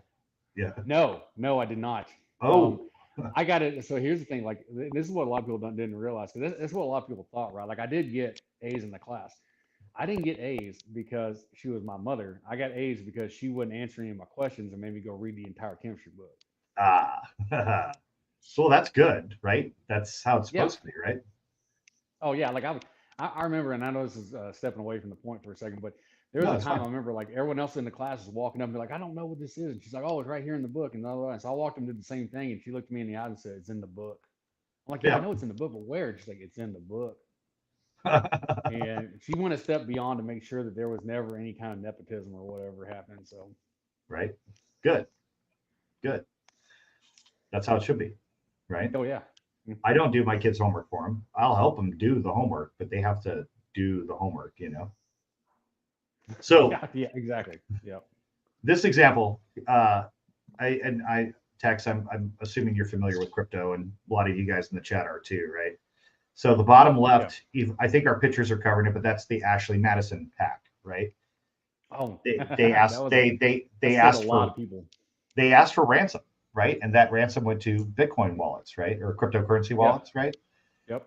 It turns out those cryptocurrency wallets they bought a service. So hackers, it's very rare that a hacker group on any level does everything themselves, right? They have data brokers, they have infrastructure brokers, server brokers, right? They have somebody else build the malware or the attack vector for them, and they just buy it and use it, right? And so a lot of guys just hack it and provide the access, right? But in this case, the crypto wallet, this is a DDoS for Bitcoin, DD4BC.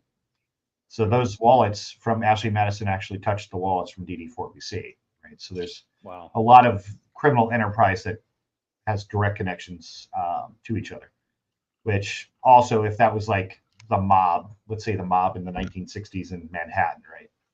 Like, when the mob starts talking to the Colombian cartels, and that's known, that's a big fucking deal. In the cyber world, not such a big deal because they're paying for these services, right? Yeah. When you take money from somebody, ransomware from crypto, they put it through tumblers. So it takes one piece and breaks it into a bunch of pieces. They do that 100 times, and then they take the money out on the back end. But it's a different blockchain at that point, but it's still money. And that's going to be the hard thing for, like, if anyone's listening that doesn't really understand this, understanding like crypto, like when it comes to like cryptocurrency and all this kind of stuff, you're talking about the aspect of the exchange and the exchange of data, right? Because it's all it is data getting pushed from one way to another, verified by an electronic signature to an extent. And what they do is that when it comes to things like Bitcoin, one of the reasons why Bitcoin was created in the white paper was because they wanted an open ledger transparency. So what was encrypted was you had your Bitcoin wallet, which hid your identity, but the transactions themselves were not, right? Mm-hmm. And you can actually go and it's public information to go look at the Bitcoin ledger, okay? Yep. And so what they realized was, and what certain agencies realized, that you could trace the transactions if you had the wallets, right? Yep. And so they created these things called tumblers, which is basically a way of money laundering with cryptocurrency. And so they would do that, and by the time it came out, you couldn't tell what went in and where it went out. You couldn't trace it anymore because they ran it through a bunch of, they would already have information in there, and it would get all jumbled together, and then they would know where it was going, but you couldn't trace it. And that's one of the reasons why they had the tumblers. And then they figured it out later, but you have to have such, like, you couldn't use, you remember when the government had those network machines, right? They were like really small. Those don't have the analytical capacity to look that far, right? That's when they started to get pretty smart with it. Like, okay, well, we need to dedicate financial analysts with the resources to look at this, because when you take one and divide it by 1 million, right, or 10 million or 50 million or what have you, and then they put it back together. They don't put it back together in certain pieces, but following the money in crypto, you can see it, but are you going in the right direction? Sometimes you can see it, because I think it was it Zcoin was one of the first ones that actually had hidden transactions. Yep. And you had to pay extra for hidden transactions, and so they would actually further encrypt the transaction, so you couldn't see the transaction itself. And so, go ahead. Sorry, I love cryptocurrency. Let's get off on a tangent.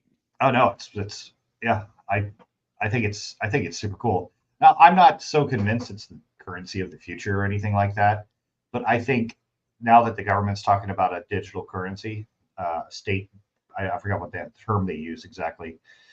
Probably a bad idea. The government, both sides, fucks everything up when they touch it, right? Well, because the problem was the whole reason they invented Bitcoin, or who was it, Nakamura? Yeah, Satoshi Nakamura. Who we don't know who it is that created Satoshi. Bitcoin. Yeah. Satoshi. Satoshi, yeah, because that's what the currency is, right? Satoshi is like the change of the Bitcoin world. Mm-hmm. And the whole reason he created it was for transparency of the transactions themselves, because banks and everything else hide their transactions, and not necessarily that they need to know who the money came from, but how they're using it. Because obviously, most people in here probably understand banks use your money, right? And that's why you get interest back on the money you put into savings and everything else, is because they're using your money. Well, what are they using it for? No one knows, right? Because those transactions are hidden. And so the idea behind Bitcoin was that the transactions themselves were always going to be in an open ledger that was using the blockchain technology. And so if it starts going toward, what made it popular was because of the hipsters and millennials and things like that being like, oh yeah, man, transparency, this, that, and third. If it starts getting into the government hands, like, because I've worked with Treasury on some stuff, dealing with things like this. If it starts getting in the government hands, it's just going to go back to the same way it was, where there's not going to be any transparency. And so I think it's going to lose its appeal. Yeah, because it's really not going to be what they wanted it to be. Like, remember that first Bitcoin transaction in America? Oh, the 10,000 Bitcoin for the pizza? Yeah. 10,000 Bitcoin for the pizza. So even right now, the guy's a billionaire if he actually had that. Yeah. The problem is he can't change it out. That's the biggest problem they run. That's one of the biggest problems they run into with the Bitcoin, is that you could have like a ton of Bitcoin. Say you mined a bunch of Bitcoin back in like the early, like 2009, 2010 or whatever, right? And you use a laptop, where nowadays you have to have server farms, right, to mine Bitcoin because of its finite capability. Mm-hmm. Even if you say that you have a crypto wallet that holds like 20,000 Bitcoin, there's no way you're going to be able to find an exchange that's going to be able to change out 20,000 Bitcoin into any kind of fiat currency, because it just doesn't exist, right? And you'd have to, you could do it, but it'd take a long time, right? Well, you would have to do it in chunks. It'd be almost like the Italian job, where you couldn't trade all the gold bricks in at once. You had to do it, in segments. You know what I mean? And what it actually is, and this is even harder to explain, when you're mining cryptocurrency, no matter what it is, what you're doing is, it's called hash validation, right? So that you're basically cracking the password of the hash that's validating its value. But it's much more complicated than that. So. Well, it also depends on what method they're using. Like, what kind of proof are you using? Are you using proof of stake, proof of burn, proof of kind of concept, right? And was it, because that's the original Bitcoin? It was like proof of, like, solving it is basically what it was, for like the easiest way to say it, is that basically what you would do is your computer would solve a math problem, right? Yeah. And in doing so would create information that would be turned into a Bitcoin. And then you had other companies like Monero and Ethereum and stuff like that would use different proofs in order for you to create and have, their cryptocurrency. And it's super complicated and probably puts a lot of people to sleep, except for us nerds. Right. We're super nerds, right? I mean, yeah, kind of, yeah. I mean, yeah. Yeah, I burnt out my motherboard on mine, so I have to my miner. So I'm gonna fix that, and then it will go here in the office. It's really quiet. I got really not good fans on it, but it heats the whole office. That's why the best place to do it is the best place to have a server farm is, I think, Norway, because they have the energy from the thermal energy from the volcanic underneath, and then they have the surface level is freezing, right? And so all you have to do is open windows, okay? And so you don't have to worry about spending $5,000 a month in electricity to calm down your Bitcoin miners, because all they have to do is open the windows and let the freezing air in, and it does it for them.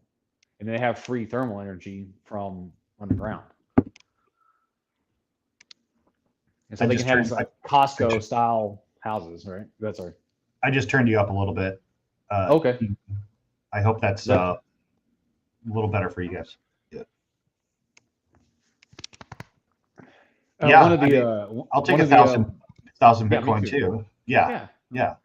One of the, I think it was funny because one of the First Amendment auditors, Jeremiah, put out that he wanted 10,000 Bitcoin. And I was like, all right, cool story, bro. Yeah, cool story.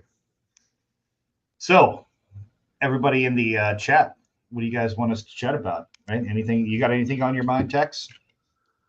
No, I mean, I've been hanging with family all day, so I had physical therapy. Then I helped my wife put at her office. I put a coffee table together. I've been working ever since until this.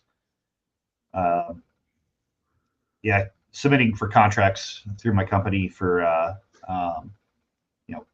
new government things that are coming out. I've been partnering up with multiple AI companies, but we got it down to one AI company that's they are awesome. While we're here to see you destroy Kaiser. Okay, not ready to show you the final product, that one I've been working on, which is similar. So I'm using Tex. I'm using AMB for Kaiser stuff, right?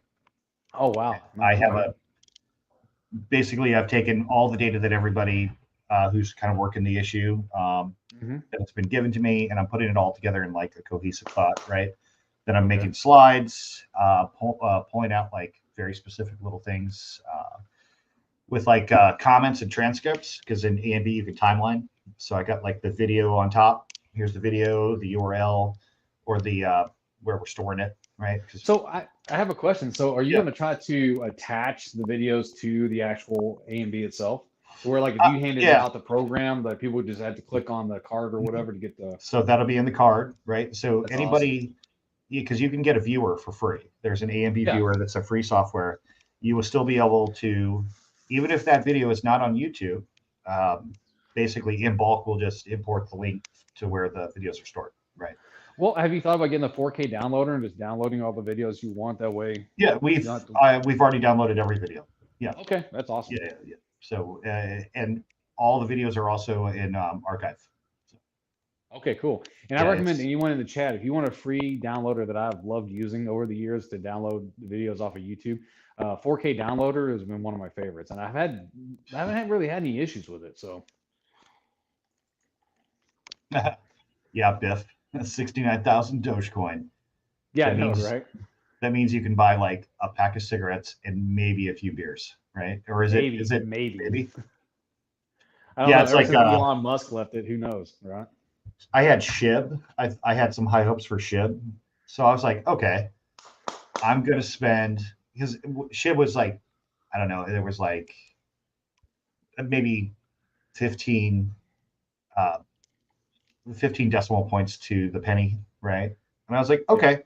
So I was doing the math, and I was like, all right, I'll spend $200-300, right? And I'll have like, 50-60 million SHIB. And if it goes up even close to a penny, I'll cash out, right? It kind of never happened. It's still there. I mean, yeah, but the problem is, and I didn't think about this, the market cap was about the size of all crypto anyway. So yeah, maybe if I sit on it for 30-40 years, maybe it'll do something, but if it's even still around by then. Well, the problem with crypto is the same thing happens with anything, right? Is that the first couple to get in are going to be the big dogs. Like you have your Ethereum. I guess it's like Ethereum, what do they call it? Ethereum Classic now or whatever, because it had a break, right? A divide. Yeah, because of the issues. Didn't they do that because of the GPU issues? Mm-hmm. Because like if you were just like a normal 11-year-old, your parents weren't going to spend like $4,000 for a shitty GPU, Yeah. And So, and then, but they were also getting into the one thing that was interesting about Ethereum that I hope that they're still working on is the crypto contracts, because that's always been something that kind of interests me, because now you're talking to start about like getting into law and things like that, about how do you have these crypto contracts that have this ability to affect either end and have like things held in escrow, like an escrow, crypto escrow account and things like that, until like the funds and stuff, until the contract's being fulfilled. And once it's signed or once it's agreed to, there's no way to get rid of the contract because it's now out there, like it's encrypted and out there, like there's no stopping it, right? And so Ethereum, this was like years ago. This is back when I was back at the mothership, when Ethereum was talking about this. So you're looking at like 2014 to 2016, right? And they talked about these crypto contracts. They just couldn't figure out a good way to get them enacted.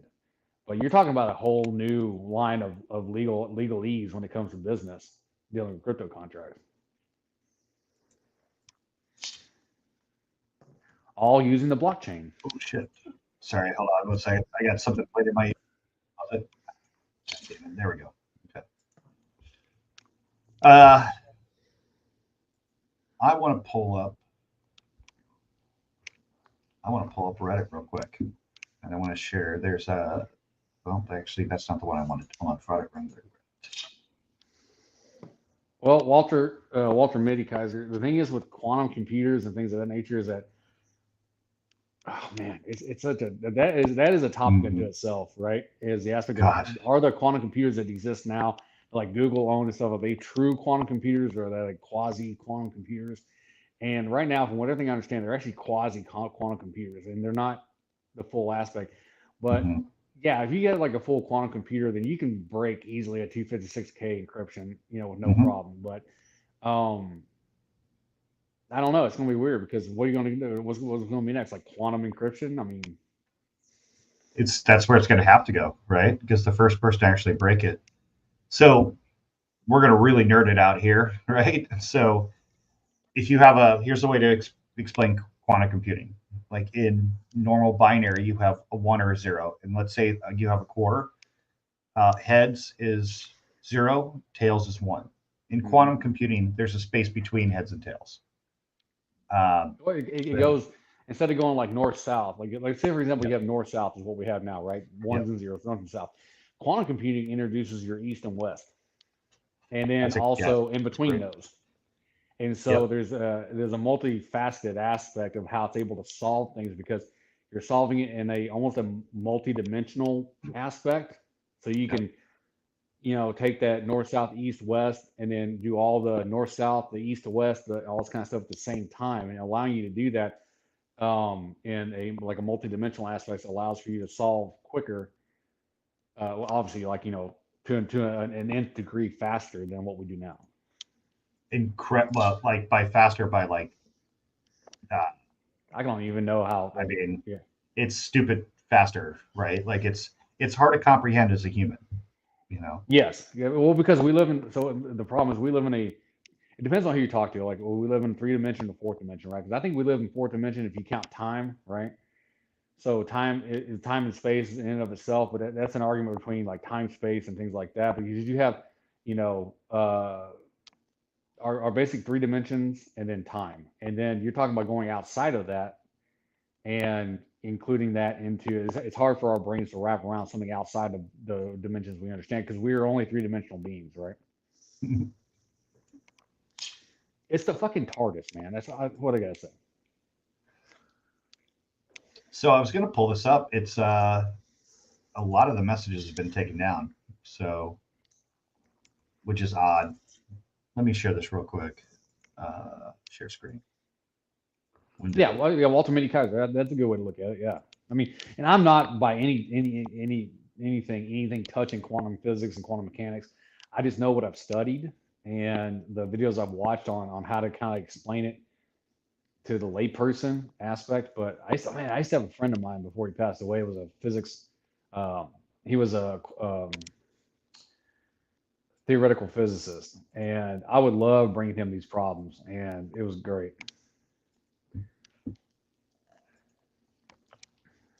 So yeah, this actually, I guess this wasn't what I was looking for, but I thought it was. But so until this morning, I guess a lot of them, I guess, are down now. There's a whole the Reddit group that's dedicated to frauditors, but they're talking all about fraud at Wrangler, right? I'll see if I can find it real quick, but that's kind of funny. KFAR became a police officer. So let's say frauditor. Yeah, frauditors. Okay, all right. And this is a really odd channel, right? I mean, the whole fraud thing's kind of like, it's odd to me, but well, yeah, there's a bunch of stuff dedicated to him in here. If anybody goes on there, just type in frauditor, you'll or Wrangler. You know, actually, I should probably just do that. Search. Well, frauditors irritate me because they're not cop watchers, right? Like I get cop watching, and I'm actually getting ready to. I'm applying to the police academy myself, right? You know, and all this kind of stuff is going to be hopefully my second career. And I get cop watching all day long. What I don't get is purposely going in and videotaping people who are trying to work and messing up their day because you want information that you're never going to use. Right. If that makes sense, right? Sure. And like, I'm just going to do it for the sake of doing it. Well, I mean, but the problem is like, and I know this sounds silly, but there's an aspect of common decency, at least the way I was raised, right? And that's one of the things that I get in disagreement with StonedVet about when it comes to GT, right? With Georgia Transparency, because okay, vet, good deal. Just because you're a vet doesn't mean you get to be a douche canoe, right? Nowadays, okay. And so, you know, there's a separation there, okay. And I know you talk to GT too, and I know you like him as a guy or whatever. Maybe he is like a nice guy, but I've seen his videos and I've seen what he does. And the arrogance at which he talks and all this kind of stuff, like you're never going to convince me that he's doing this out of some well-being to, you know, take care of the First Amendment or whatever. I'm sorry, it's just not going to happen. So, yeah, and that's totally fair. And like I've only watched maybe 3 or 4 of his videos, so I don't. It just generally doesn't. I mean, I'm just not interested in it. You know, like. I get you. No, that makes sense. Yeah. And here, like one thing though, I did say, you might agree with me on this. Like we just had a shooting in Maine, right? And it was a share it. It was a bad one, right? It was a really, really bad shooting, and a lot of people lost their lives, which is terrible. Yeah. But the Second Amendment auditors, right? That, like, if you think that proving that your Second Amendment right is worth it, and you want to walk into a police station with an AR-15 and body armor, fucking see what happens, right? I want to put this out there right now. Like, I'm a big Second Amendment guy. Like, I'm all about the Second Amendment. I think you're stupid if you open carry. Yep. Period. Yep. Because anyone who has anything to do with, like, you know, wanting to protect the populace or, you know, protect themselves or whatever, the moment you open carry and you're not a, you know, a police officer or whatever, you're making yourself a target on a target. Now, to me, a lot of those guys that open, right, and a lot of the guys that open carry are just they're the same mentality as I see some of these frauditors. They're trying to just be, you know, I got the First Amendment and be like an asshole to somebody, right? And it's the same thing. Like, they know walking around with an open carry weapon, you're going to make some people nervous, right? I don't do that. Number one, because I'm not making myself a target. Number two, it's no one else's business I'm carrying a weapon unless you start doing some fucking shit. Yep. And maybe the like, I guess if you're a rancher and you're on a horse all day, you don't want that. If you're on your own, like when I was on my own property, because I have a house in South Carolina, I got like 2.9 acres, right? When I'm out there, like, you know, mowing my yard and fixing stuff up around the house, and I was cutting, you know, I open carry, but I'm on my own property. Right. There's a big difference between that and public. Yeah. Oh, yes. I mean, they're not even the same game. They're a different game. Yeah. It's called common fucking sense, which is an uncommon virtue. Oh God. Yeah. Right. Yeah. I mean, I've seen the videos kind of go down, I think, over the past, I don't know, maybe 2 years, which is a good thing. And it's like, dude, like, that's the wrong amendment to flex, right? Like, because like if I'm with my kids at a bowling alley and I see somebody or I hear shots, like guns coming out, and I'm shooting at you, or if like you're armed, obviously armed, and you're making threats, like that's all you need, at least in Virginia, right? Like, and I don't want to be I'd rather if I'm with my kids, I'd rather flight than fight, right? Of course, yeah. But, you know, but it's like, yeah, I mean, incredibly stupid, right? It's an incredibly stupid, and I guess they're auditors too. I guess they fall in the auditor category, but that is the dumbest of the fraud auditors, right? The Second Amendment auditors. Well, and we saw that happen because a couple of those guys were, I guess, sovereign citizens, right? That's one of the most famous videos. Is that they were sovcits, got pulled over, got mad, wanted to go make complaints at the police station, and walked in fully decked out. I mean, I'm talking like, you know, they had like flak vests, and they were, you know, ARs, you know, strung around their shoulders. They had fucking side pieces, like their sidearms were on, and all this kind of stuff. Walked into a damn police station, and then they were surprised when all the cops came out with guns pointed at them. Right. And I've said this before on the channel, right? Like, and you probably know this too, Tex, right? The goal of the police is very similar to the goal of the military. It's win and go home, right? Yes. And yes. Go home. There's more. Yeah. And there's more to it, right? I mean, obviously, most cops give a shit about the populist civil rights. They didn't become cops to be narcissists and to be abusive. They didn't. Like, now, maybe there's a small fraction of them who do. I mean, those guys don't make it long. They don't make it long in police departments, you know? Yeah, yeah. You know, I've seen, yeah. Well, probably same with you. Some guys, yeah. Some of the best people I've ever met and the worst came out of the military, right? Period. Yeah.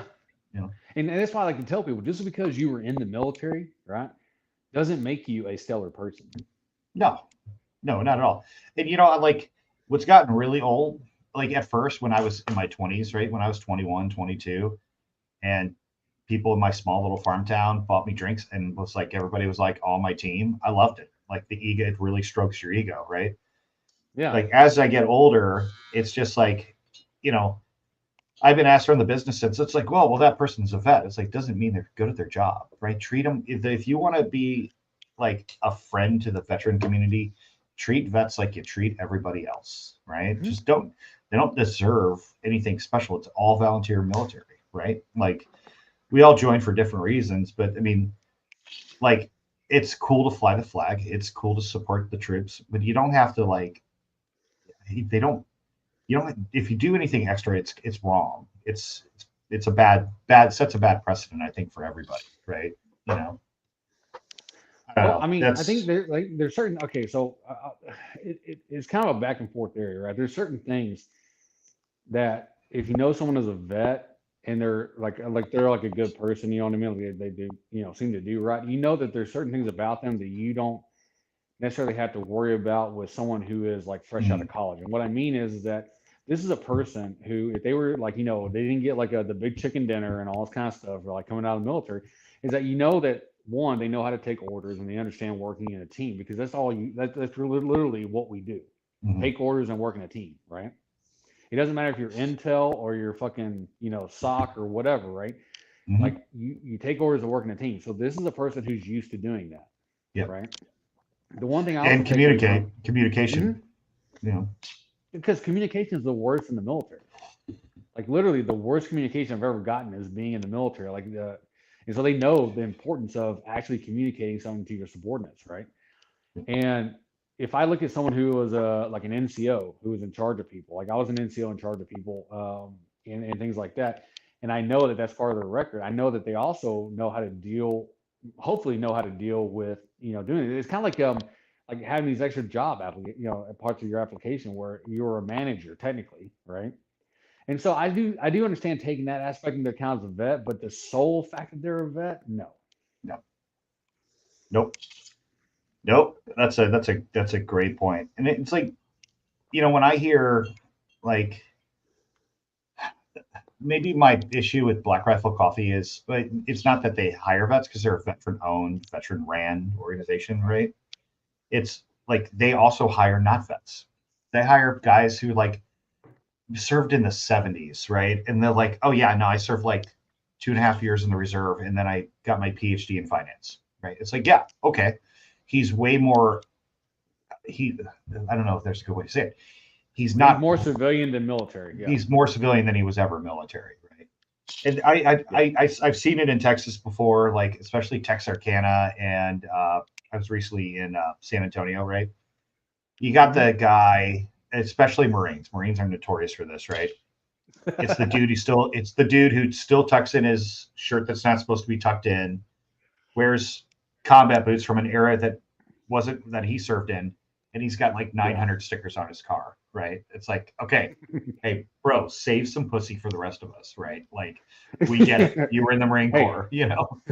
I'm up to see me, I'm down. I'm up to see me, I'm down. And it's like I have my cool little license plate. It says, actually, I'm not going to say my license plate on here, but I have my Marine Corps license plate. I think it's cool. I think it's funny. So do my friends, right? But I'm not like making a statement, right? It's not like I don't have the giant EGA. I mean, I just got this. A buddy in St. Louis, my unit in St. Louis, made these sweatshirts, and it's actually really fucking comfy, right? I'm not wearing it because it's a Marine Corps sweatshirt. I mean, I like it, right? Well, but there's nothing wrong. I'll put it this way. And this is like with anything else, right? There is nothing wrong of being proud of your service and being proud to be a Marine, a sailor, an airman, a soldier, or whatever. The problem comes in when it is the only defining factor of who you are. Yeah, that's a big issue, and I think that's partially responsible for a lot of the suicide, right? Because guys who stayed in a while, who've lost a lot, and like you get used to it, quite frankly, right? And then when that ends, like you've lost your team, like essentially, right? And then you don't lost your identity. I mean, and I hate to use this as this association, but you see it a lot with guys in prison too, right? Like you get into a mindset, and they get out of prison, they get their freedom, they don't know what to do with it. A lot of vets are the same way, like they don't know what to do because our lives are dictated to us every day, right? You have to wear this uniform, you have to be here at this time, you have to do this much work and then go home, right? And then come back the next day. And honestly, when you get back out into the civilian world and you have all this freedom to do things like grow a beard like I did and all this kind of stuff, like you kind of don't know what the fuck to do with yourself because you're not used to dictating your own aspect. And and then you miss that camaraderie because there's that camaraderie. Even if you didn't like people, like the thing is like if you talk about vets talking to each other, that's the reason why we do this is because it helps us maintain some aspect of sanity because we're talking to guys that have done similar things. There's that camaraderie there that can never die and that civilians won't understand. Like I always tell everybody, I feel bad for my civilian friends because if there's one vet and like if I hang out with my civilian friends and there's another vet in the group, right, we're going to end up talking. Yep. It just happens, right? And then the rest of this, they're lost. Like they are lost on everything we're talking about. But I don't know what to tell you. Are you familiar with Earl Plumley? No. So he was in the Marine Corps for, I want to say 9 or 12 years, one of the two. Marine Recon. He was one of the beginning MARSOC guys too. And then he crossed over to be a Green Beret. He got a Medal of Honor in Gosny, ran by the Polish, right? Yeah. And the story behind it's just, I mean, it's incredible, right? He shouldn't be alive, period. Like, dude's got pretty fucked up, a very coordinated attack by the Taliban. But he was just he's been on a few podcasts. He openly talks about it, right? He's from Oklahoma. He's like, if he didn't join the Marine Corps, he would have been in jail. He's open about that. Like, yeah. When he talks about it now, he's like, he's like, what people? He's like, yeah, what's the best track to be? The 18 X-ray program, which is Army Special Forces, right? He's like, spend 9 years in the Marine Corps, right? But he talks about there openly, like, it's the team in the Army and the team in the Marine Corps are a little different, right? And the same with the Navy and Air Force, Space Force, Coast Guard, right? Like Coasties have a team, right? But he says, yeah, man, like a lot of times they're called JSETs. He'd be on a JSET where he's in the Philippines, training the Philippine military, right? Or their special forces. And when because obviously when you deploy is when a limb falls on your house or your car battery dies or your wife needs help, right? It only happens when you're deployed. So he's like, most of the time, people who fix those problems while we're gone were my Marines, not my Green Berets. And he would say Like if I'm in a room of 100 people, there's 3 Marines, we would end up in a corner together chit-chatting. Yeah. Right. It's just, and that happens to me all the time. Right. All the time. And I like the old guys now because I assume we're about the same age. Like I'm 41, right? No, I'm 41. Yeah, I'm 41. Okay. Total. Okay. So you being in Texas and me being in like I grew up in Southern Illinois near St. Louis, a town called Lebanon, which is right by Scott Air Force Base. Yeah. Yep. Of course, I did my basic in great mistakes. So yeah, of course. Yeah. So about 6 hours south of that, but I grew up when going to church, right? Like I remember some of my earliest memories are a lot of the vets being at my grandpa's house playing cards, euchre, and drinking whiskey in the basement, and my grandma's pissed off upstairs. And these guys were like, I mean, they were everywhere. World War II vets, because there were so many people involved in that campaign anyway, right? Yeah. And I took it all for granted. And if I would have known I was going to take the military path, which I had no idea when I was like 8, obviously, right? Yeah. I would have asked more questions. Right? And so now I'm adopted, and I found my biological family about 7 years ago. I'm going to do a whole podcast on it, but oh wow. My biological grandpa on my biological dad's side, he was a Marine. He was a cook in the Marine Corps, and he was a Korea vet. But when you were in Korea, like he doesn't have any insane combat stories, right? But everybody was a combatant in Korea. And you didn't deploy back then. You were there like until the war's over. Yep. And a lot of guys now don't understand that. And it's like, we sat down, we had a cool chat. Like it's because I live here in Virginia, they're all in Illinois, right? So I went back and we basically spent the whole day together. And he basically said, "Hey, I wish I had some influence on you joining the Marine Corps. I didn't, but I'm so proud of you for joining the Marine Corps." And he said something to them, going back in memory here a little bit, but he basically said, "I know your boys, and I'm the oldest of 7 now, right? I grew up with a sister. Now I'm the oldest of 7. So I have I have 5 half brothers or sisters. And they all have kids, except for 2 of them. And a lot of kids, right?" And he's just like, you're my 13 and 14-year-old Cole and Xavier. He's like, one of them's going to be a Marine, right? He's like, I can tell. He's like, I know it. And I'm like, yeah, well, shit. I'm like, but that's a double-edged sword. Like, you tell your kids don't join the Marine Corps, they're like, what do you think? You're fucking better than me, I honestly, I joined the Navy because of my dad. My dad was in the Navy during Vietnam. He never went over. He was only in for 4 years, but he was a dental tech, right? But he joined, and he tells stories.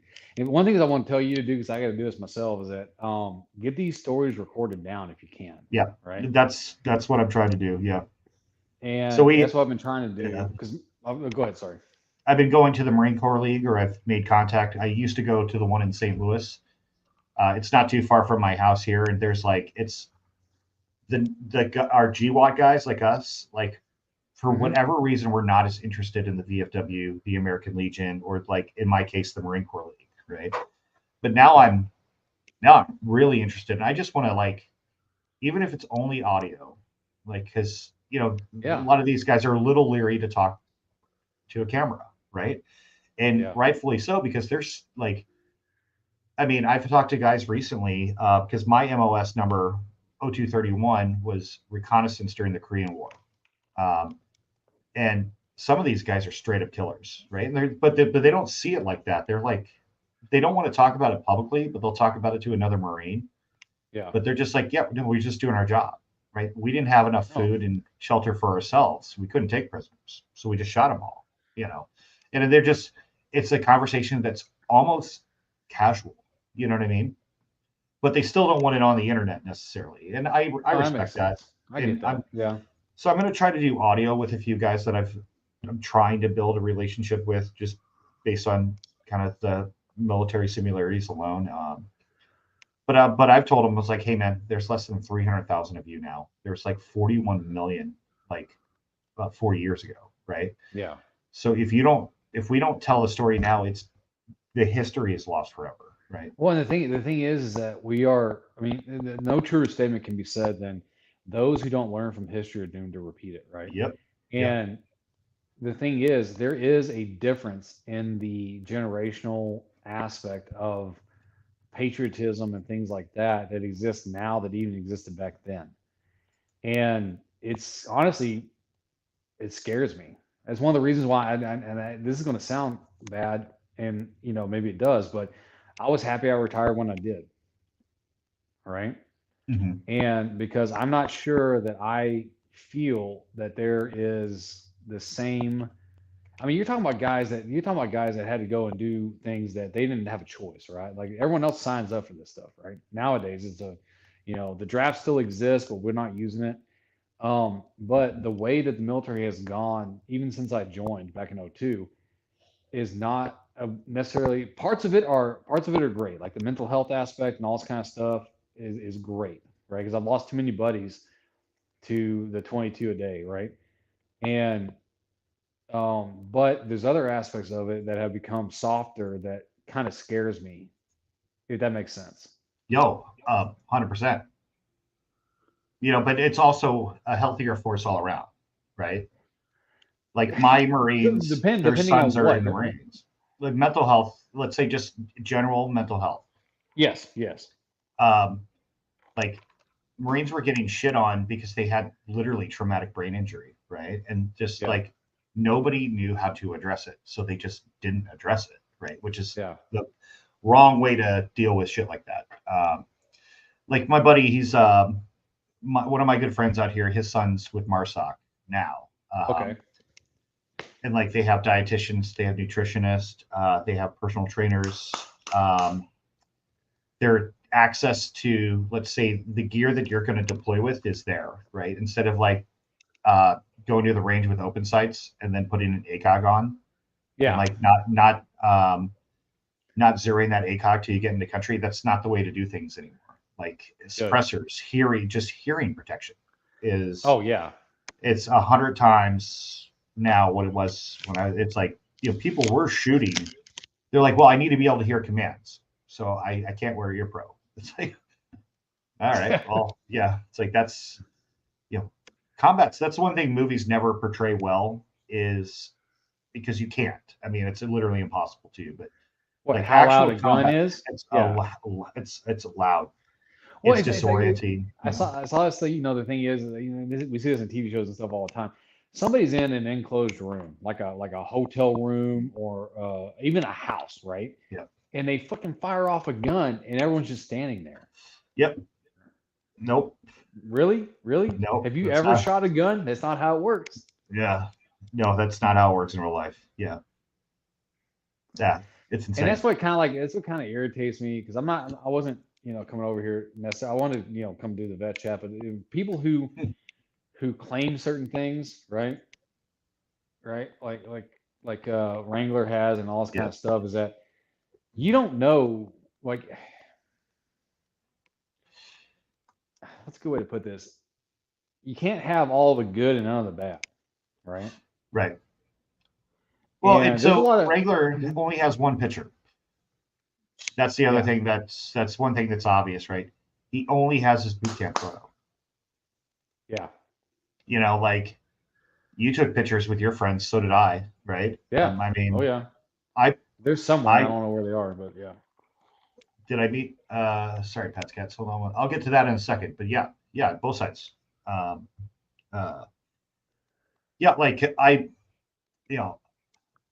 I had a really good, let's say, year one, which was 2000. After boot camp, I went to October 14th, 2003 is when I actually got to San Diego for boot camp.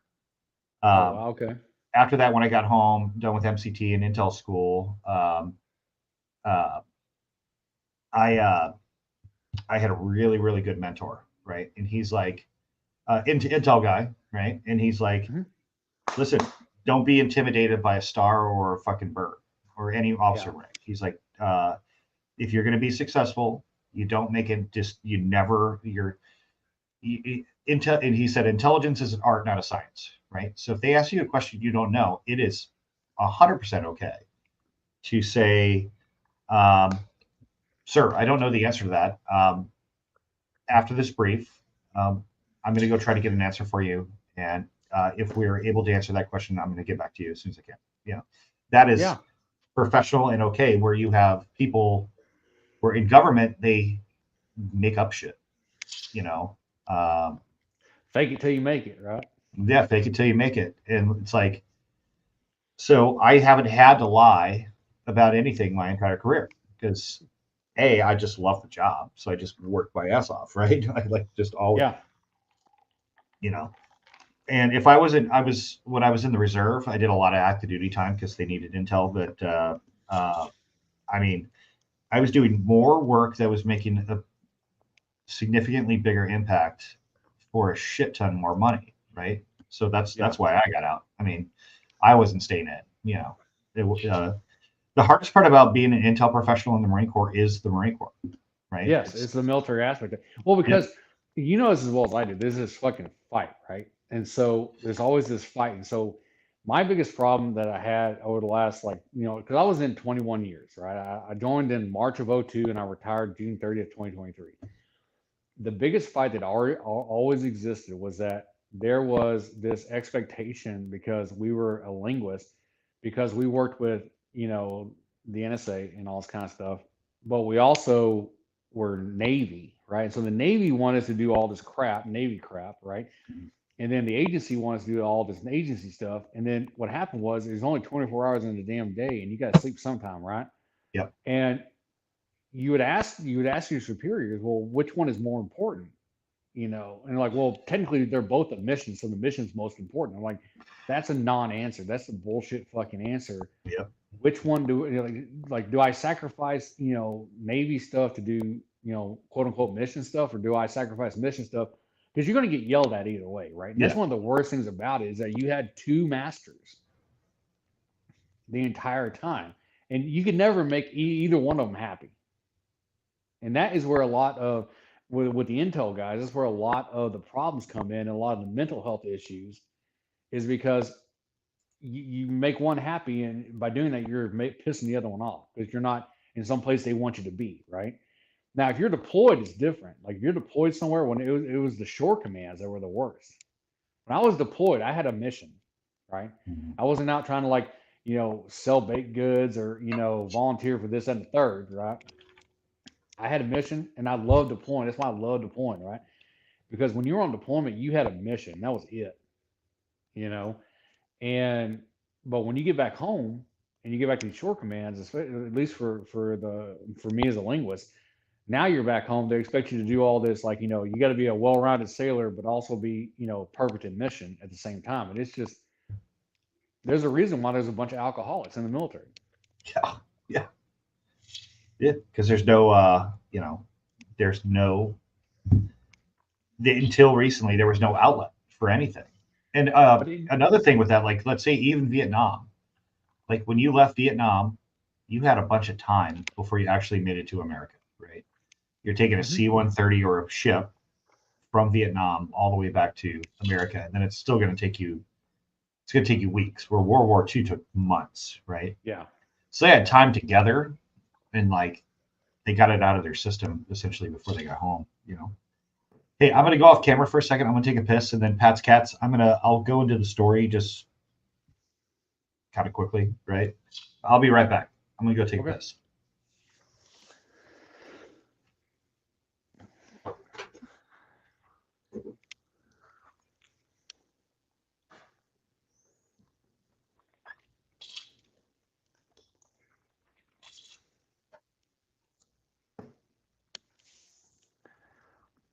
Oh no, Logan, we still got Class 6 stores on. Like the Navy stores are called like package stores, and then the Class 6 is Air Force.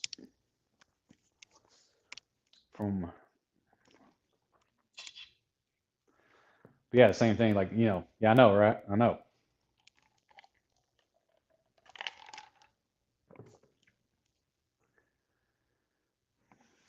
Yeah, me too, Walter. It's been a good thing. Of course, I love chilling with other vets and things like that. Just having like these discussions because they need to know that there's a place. Good night, Scott. You know, just come chill and hang out.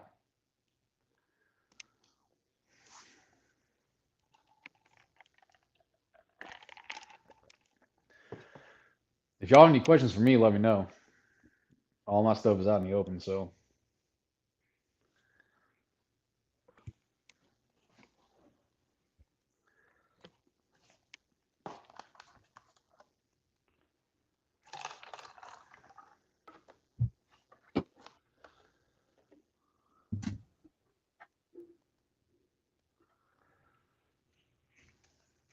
Boom. Boom. Hey, so I'll go into the adoption thing real quick. I'm going to do a whole video with some pictures and stuff, you know, and the actual how I found him. This is going to be hard for me to find just like sitting here, but so I was adopted in 3 days after my birth. So I got to when I say my parents, I mean the people who raised me, last name I have, right? So it's through Catholic Social Services in '82. When my parents went to court, because you have to, it's a court process, right? You're not just handed a kid, here you go, now you're a parent, right? So it's a court process too. They heard a name, right? A name slipped out, which wasn't supposed to. So I knew that my biological mom's name was Snyder or Schneider, something like that. I knew I was born in Red Bud, Illinois Regional Hospital. So there's a small farm community hospital. I knew that her brother passed away before. She was the youngest, had a big family. Her brother had passed away before I was born. And that was it. That's basically all I knew. At some point she's kind of the artist. She made me this copper Disney thing. Then because you can correspond between your biological parent and the kid through Catholic Social Services. And so at some point she had made this Disney thing for me, made of copper. It was like, stamped copper. And I still had that, right? So I had tried the phone books, looking up people with similar names and just kind of cold calling those people for years. In all the communities, I probably went to 40, 50 little towns, asked around, especially when I could drive, That didn't work. So I went on Facebook and I knew the town I was born in, the hospital. So I joined like the police department site, the community sites, the, fire department, because we still have like firemen's picnics in the Midwest, It's called crowdsourcing. So typically I posted a picture of that copper thing. I was like, hey, here's the details. Here's the day I was born. I know I was born here. I know my mom's last name is Snyder or Schneider or something like that. I know she has to be between the ages of blah, blah, blah, blah, blah, blah, blah. And she made me this. And I'm trying to find my biological mom. And I wrote more details too, a little bit. Put in my real email, my real cell. And I was just like, if you know the lady who made this thing, like, hit me up. And then I also added something like, listen, I don't know the situation. If she doesn't want to meet me, that's fine too. Just let me know and I'll delete the post, So that's called crowdsourcing. And crowdsourcing typically takes like, can take 6 months. It can take a year. Oh yeah. My wife is like, hey, did you check I think we weren't married at the time. I think we weren't married at the time. We were just fiancés, but she's like, hey, do you check your email at all? I was like, no, let me check. And it was like, email. It's like, well, I know your mom. She's going to email you. Blah, blah, blah. I'm your cousin. I was just, and then I was like, oh shit. So like in 24 hours, I was on the phone with her, Oh, wow. That's awesome. A couple of weeks later, I drove back to Illinois and met for the first time. So her side all knew that I existed. And my sisters, I have 2 sisters on my mom's side. Once they graduated or turned 18, that's when they had the conversation. Her and her husband had the conversation, like, you have a brother out there somewhere, Now, my biological mom wasn't aware that my name was changed. Like, they kind of figured the last name, but they didn't figure the first and middle name were changed. And they went to Catholic Social Services to try to find me. And Catholic Social Services basically said, he was adopted by a farmer. He's living on a farm in the complete wrong town and completely wrong county. So they were looking in the wrong spots. The father side, my dad's side, they didn't I mean, it's kind of the whole family is kind of intertwined. I have double cousins because there was a death in the family, and then somebody from the one side married the other side. Oh wow. Yeah, it's kind of interesting, but I mean, they know each other very well. Like my Yeah. biological dad is my biological sister's. Him and his wife are their godparents, right? But so I did a paternity test with that side, and then I met them maybe a month at the most after. So, but the crazy thing is, like, I grew up not knowing where any of my looks came from, kind of mannerisms, things like that. And then now I have these two huge families that are like me, and I look like them, and really kind of honestly from day one, like I gave them the option, like, I'm glad I got to meet you, but if you want this to be the stop to it, I was like, hey, I'm fine with that. Like, I'm going to respect your privacy and what have you, but basically both sides have treated me like I was always there since the get-go, so that's been really awesome. Yeah. So it's, really, really cool. Yeah. And I think it's been 7 years now, at least. Yeah. That's awesome. And I'm heading back after Thanksgiving that weekend for my biological grandpa's 90th birthday. He's the one who's a Korea vet Marine. So that's amazing. There's one thing you learn, at least I grew up in a smaller town in North Texas, right? And we only had like 6,000 people in the entire town. My graduating high school class was like 100 and something, right? And so family's always been super important. I got lucky because my family's been together, and all this kind of stuff the entire time. And the one thing I realized I missed, and we talked about this when I first came on at the other stream, right, is that the reason I do have all this intel background and all this knowledge and stuff that we can bounce around and all this kind of stuff, but I came back because, family. And I tell you what, you couldn't pay me 6 figures a year not to be around them anymore.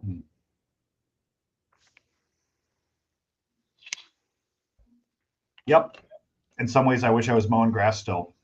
That's what I did for years growing up in the 90s, mow grass, do landscaping, construction. It's like now it's like, wow, if I could actually pay my bills doing that, it's the perfect job. Right. Well, I'm a small town guy, and that's one of the reasons. Like I told you guys the other night, the reason I'm want to join the police force is because there's not a lot of intel aspect where I'm at in North Texas to an extent, but I also want to keep serving. Like I don't want to not serve, but I want to serve at a level that I can actually see an effect take place. Now, there's certain aspects when you deploy. And you got your target packages and all this kind of stuff that you see at firsthand what happens, right? When you're an intel guy like me, a lot of our stuff goes out and helps guys that are forward deployed, right? And sometimes we hear about it, sometimes we don't, right? Sometimes we know that what we did, and that's one of the biggest problems I have with my subordinates is that, they come in and do this stuff day after day for, 8 to 12 hours or whatever, is reminding them that they don't get to see the final end product. They don't get to kick down the doors. They don't get to see, so and so getting fucking wrapped up and all this kind of stuff, and to remind them that, hey, this stuff is still having an effect, right? Just because you can't see it, which is probably the hardest thing, is it doesn't mean that what you're doing it isn't making a difference. Yep. Right. And that's the hardest thing when you're sitting behind a computer doing the things that we did, putting stuff out there. You don't realize that you're putting warheads on foreheads because you're confirming this and a third about, whatever the target is. And because of the classification or whatever, you may never hear that this happened, but it happened because of you. Yep. And so that's the one good thing about where I was working, because we got to work with different agencies and stuff, and they would come in and they would tell us. And we would bring our junior guys into these meetings, like meetings that they didn't have anything to contribute to, but we bring them in to let them know that, hey, the FBI's here, DEA's here, DIA or whatever, and they can tell you that what you're doing is making an impact. Mm-hmm. Because that was a morale killer. And so we tried, like in my last shop, I told them we got to bring these young guys in, because they need to know that what they're doing actually has an impact on real life events because they feel like they're just sitting back doing this stuff and no one cares. And a lot of guys, especially in intel, right? They feel like less of a service member because of their intel. Yes. It's like, yeah, dude, yeah. Once you actually get there on the ground, if you ever do, you're gonna really miss this office. You know, you're gonna. Yeah. It's gonna fucking suck, and it does. I mean, those guys are fucking hardcore, right? Well, no, the thing I learned about a lot of my linguists that deployed, because I asked to deploy. This is kind of like crazy thing. I actually asked to deploy to Iraq, and I got turned down. Which, who thought that would ever happen, right? I'm not surprised at all. Yeah. But the thing is that my friends that went over, they had a chance to go over there. They're like, they miss it. They missed it because they were able to put together a target package like, you know, that day from the stuff that they got from us and the product reports and everything. They put together a target package, turned it over, and all of a sudden a team was gone, right? And they got to see real life what happened. And nowadays, because everything's going remote in a lot of aspects, these people are not seeing the fact that they actually have an impact, right? And I think that's one thing that the intel world doesn't understand when you're dealing with young people is that you have to show them. Like when I was younger in the military, I got to deploy a lot for an intel guy, right?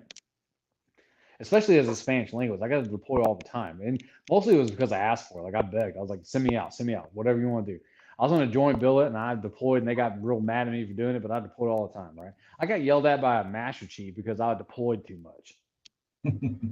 Right? I was sitting down doing. He wasn't a master chief at the time. He was like a senior chief, I think. He may have been a master chief. I was sitting down doing a debrief of my evaluation, right? And he actually told me that it was bad that I wanted to deploy all the time. I wouldn't stay here and do more, you know, at the home base. I was like, okay, yeah, no, you're good. And then the next time they needed somebody for a deployment, I got a phone call, right? Yeah. And so it was hilarious that I got it was an EP. It was, you know, it was the highest eval you can get. And so I got an EP because of my deployments. And then I got bitched at for deploying so much. And then I was sitting at home and a deployment came up and they needed somebody. And I got a phone call that woke me up at home to see if I'd deploy. It's one of those things where, like, from the command perspective, it's like, how do I eval you? Because you weren't here. Yeah. Did you do good? It's like they just don't know. It's like you weren't here, so I don't know how to eval you. So well, the sometimes thing you don't Navy, get the Navy, exceptional rate, you know. Well, the Navy has a process for that. It's called they have like these summaries, and I can't remember the other name for it, but I can get an evaluation from the commander that I was under while deployed, right? And it comes back and goes into my eval. But what they got mad is that I wasn't here doing the job that they wanted me to do, right? Which was because they like just lose a body. Yeah. Well, if you don't want to lose a body, then don't give me the opportunity to deploy. I'm just saying. Right?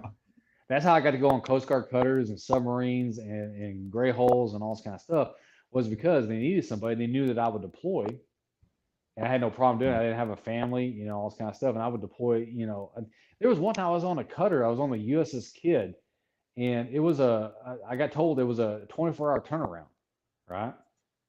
So they told me, they said, in 24 hours, you're going to deploy. Go get your stuff settled. I was like, cool. Packed everything up. Was ready to go. Everything was on auto pay, right?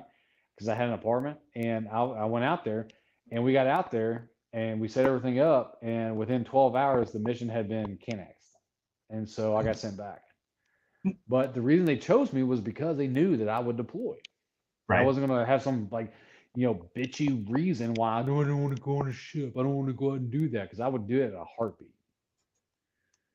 I'm going to show the kid for everybody because it's a museum now, right? Yeah, that's what it kind of looks like.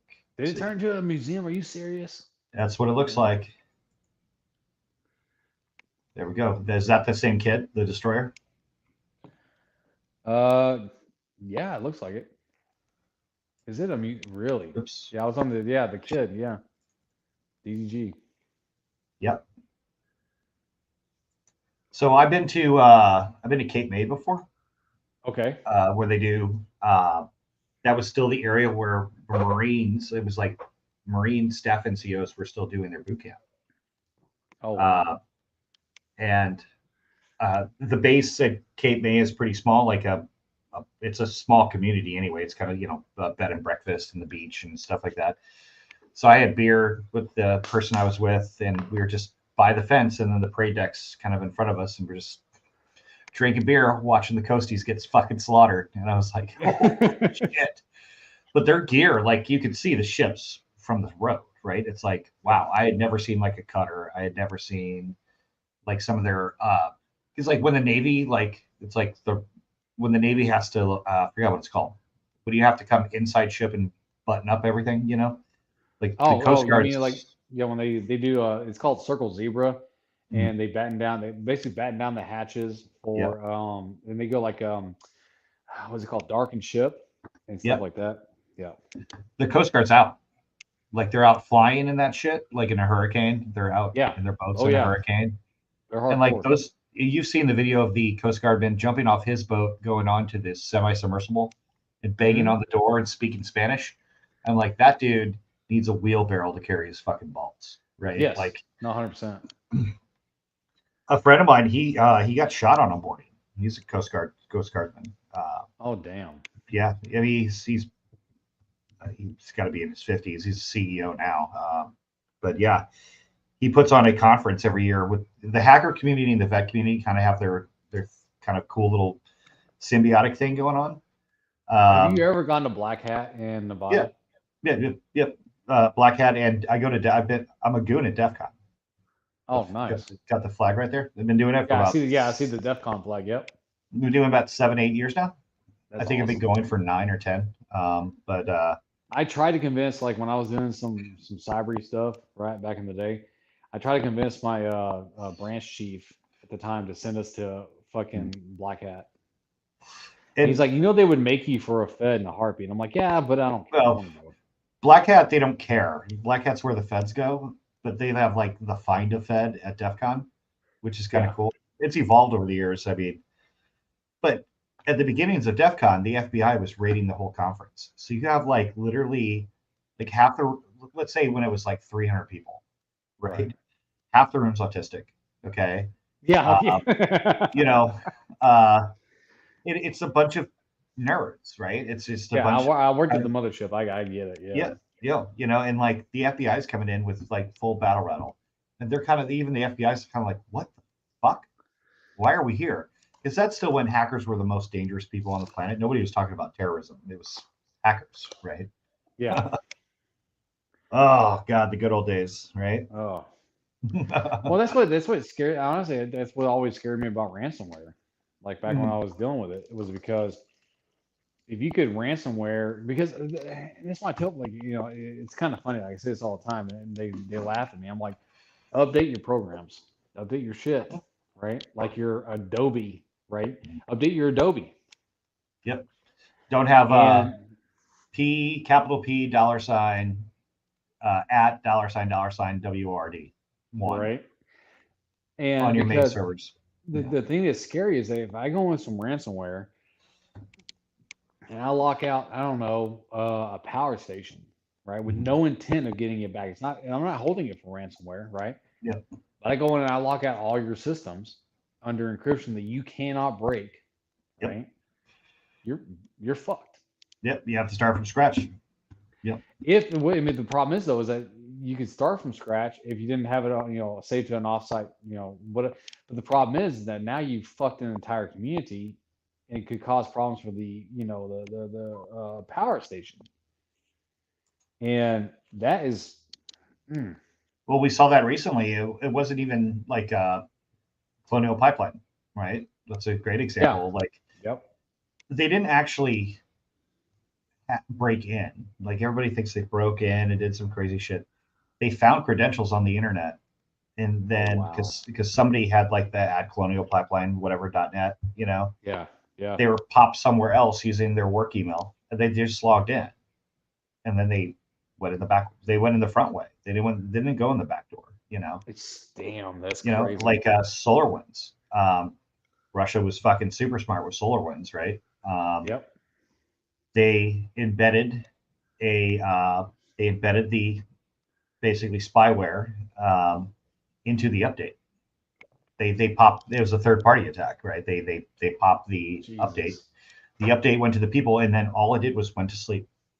Because if it doesn't do anything immediately, there's nothing to see. So it waited like 3 days. I think, if my memory serves, it was 3 days, right? And then it started turning on. And then it looked for the cloud servers and things like that. It was really, really. I want to say it was was it a fucking hospital? It was like one of the first ransomware attacks in the United States, and they went in through because they didn't update their Adobe. There was a patch to update a backdoor entrance to their Adobe products, and they didn't do it. And they came in through the back door and had admin access because that was that's what the patch was for. Was a patch over this ability to take over admin access of a fucking hospital through the Adobe program, and they didn't do it, and the entire hospital got shut down. Yeah. And here's what I'm working on. One of the things I'm working on now, just kind of in general, I'm looking at what are the most vulnerable spots in America, and it's like any medical facility, law offices, and power, right? And it's like because they don't update their shit. They don't spend enough money on IT. Well, imagine this too. Here's something I figured out. There's more to it than that, right? Security comes from overhead, right? Yep. Overhead deals with money. Right. Overhead, cybersecurity for a large organization can get into the millions of dollars, right? It's just how it is, right? Mm-hmm. But I'm trying to tell the CISOs know and the CTOs know. They are doing the best they can with what they have, right? But when you go past that to like the board level, it's like, hey, I have 100 examples here of what happens when you don't make the decision to act, or you're such a bureaucracy where the people who can change things and fix problems fast can't because they have to come to you and you're 7 steps away, right? It's like, so your whole process of doing everything is wrong, right? Blocking an IP address or blocking a whole country's IP address, like, geo-blocking, right? I've gone to places like, are you geo-blocking China and Russia and Iran and Korea or North Korea? They're like, no. I'm like, why? You're an American blah blah blah company. Do you have direct contact? Are you working with these people? They're like, no. I'm like, oh, okay. We'll block everything coming in from that country. It's like, sure, most attacks they're going to use infrastructure in the place that's geolocated with the target, but still, some of them are not, right? And if they know that, why not? They can use their own infrastructure just as well as they can somebody else's. Yeah. I've just been shocked at how complacent large organizations are. It's like, okay. I'm gonna give you the best example: the superconducting supercollider. Yep, Hadron. No. This is before Hadron. Oh, okay, good. Back in the 90s, they had a proposal to build the superconducting supercollider in Texas, which is the Hadron Collider now in CERN, right? They were going to build it in Texas, where I live, right? Congress, with all their old ass congressmen, didn't understand what that would do. Well, how does this work defensively? What can it do? They said, well, it can advance physics, decades beyond, because we're able to smash atoms and do all this kind of stuff here. Well, what does it do defensively? Well, we don't know because this is new technology, right? Turned it down because they didn't understand what they were looking at. It gets built in CERN and is now the Hadron Collider, the Large Hadron Collider, right? Mm-hmm. It could have been in the United States. Yep. But because they don't understand, like we ran into this when I was working, years ago. Congress doesn't understand crypto. Congress doesn't understand because there's a bunch of old fogies up there who are lawyers who don't understand crypto. They don't understand the internet. They don't understand ransomware or nothing. And so to them, it's not a threat. Yeah. And it's funny how the language of the Constitution can be misconstrued, right? By lawyers who are supposed to intimately understand the law, Oh God. Because if they can change, I worry that if they change one, they can change another, Because Canada did. Well, that's why I'm glad that it takes 35 states or whatever to ratify a new amendment. And because the way some of these are going with like the Second Amendment and things like that, I get that. I understand that the Constitution is a living, breathing document, right? Like it was made broad for a reason. Like our founding fathers were not stupid when they wrote it. The scary thing to me is that certain amendments were in there on purpose, right? Like, for example, the Second Amendment is in there on purpose for a fucking reason. The 10th Amendment exists for a reason. The Fifth Amendment exists for a reason, right? The First Amendment exists for a reason, and we can argue back and forth all day long about, flag burning and everything else. Which, as a man who joined the military, who signed that blank check, right? I get it. I don't like it, but I get it. I get it. Yep, me too. But I like it because now I know. Like when I see people who engage in those activities, it's like, okay, it's out in the open. That's why the censorship on all the big major social media platforms, right? Elon buying Twitter, like he was just on Joe Rogan talking about that, right? Like he was saying, yeah, it was literally decaying society. That's why I bought it. And he's losing money on it, but he's like still feels like it was a good thing because it's like you see Twitter headquarters in San Fran, and I was in San Fran last year for a conference, and my cop buddies out there who I was in the Marine Corps with, they're like, oh, dude, it's bad. It's really bad. But the way they described really bad and the way it actually is, two very different things, right? It is. It's zombie land, Well, the thing that gets me about the social media platforms that I don't like is the way that they are able to walk the fence on a publisher versus platform aspect. Okay. So, and you know what I'm talking about, like publisher versus platform when it comes to like legality, right? Yeah. And so for those that don't know, if you are a publisher legally, like say, for example, like you're like the New York Times or whatever, and somebody puts something in your paper, like an editorial, whatever, that is racist or, or defames somebody or whatever, you're held liable, right? But if you're a platform, like say, for example, like the phone company, right, and somebody's saying some racist stuff over the telephone, they can't hold you responsible. The one thing I don't like about these social media platforms being these independent companies is that they walk a line where they are both publisher and platform at the same time, where they have the ability to control what you say, but yet no accountability to censoring people as like they were a platform, right? So they act like publisher and platform at the same time, and I don't like that because that, to me, means that they have complete autonomy, which was not an aspect of what was written into the law. And Elon said basically Twitter was a state media platform. Well, and that's the thing that also gets me too, is that because the one thing that irritated me is because they claim to be about free speech and all this kind of stuff, but the moment a congressperson, right, says something through Twitter or Facebook, well, they're like the same thing, but whatever, says something to them, all of a sudden they're not banning these people, which is a government interference and a violation of the First Amendment, which I can't stand. And I can't stand these senators that want to go out there and say, well, you shouldn't allow these people on your platform. That is a First Amendment right. Yep. Yep. And you're coming out because you are in your official aspect as the government, as a representative or a senator or whatever, and you're trying to put pressure on someone to violate someone's First Amendment rights. I can't stand it. Yep. I can't stand it either, man. It pisses me off to no end. And just like you would get kicked off of Facebook and Twitter and YouTube for saying things that like are obviously the truth, So that, I mean, it seems like they're changing a little bit. I don't know. It seems like it's hard to judge whether it's changing for the better or for the worse. Now, Twitter's obviously, I mean, it's a shit show, or X or whatever it's called now. It's always been a shit show, but it's also kind of a fun shit show. I don't tweet a lot. I just get on there to like see what the hell's going on in the world, but no, it's not really a good place to go see what's going on in the world. Yeah, crazy. So I was thinking, we'll chat for just a little bit longer, then hang it up. It's been like almost 3 hours, 10 minutes. So, Exactly. It's been a while. Well, and I will say this: Twitter was good for certain things, right? Like the Arab Spring when it happened. Yeah.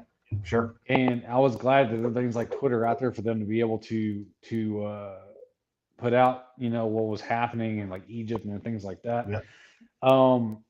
The aspect, I don't like the aspect of how these companies go into places like Iran and claim like they want free speech, but they go into China and Iran and all this kind of stuff, and then they fall, oh, well, we're not going to put this out there because it speaks badly of the government, right? Yeah. So I mean that's just horseshit. And the same It thing with is. the NBA and China and all this kind of stuff. It's like it's not, it's a bunch of hypocrisy running wild. Yep. China's dying though. Like, I mean, they're being ran by a cult of personality. I know that I think they're treading very, very dangerous waters, right? So if I am, although very, very highly unlikely, if China were to attack America, right, we'd stop all imports and exports, and half their population would starve to death in a year. So we'd win that battle just by doing nothing, right?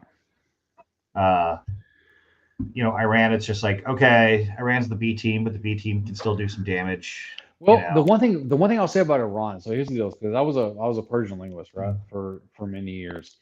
The one thing Iran did right, what Ayatollah Khomeini, not Khomeini, who's the one in power now, but Khomeini did right, was that he created the IRGC.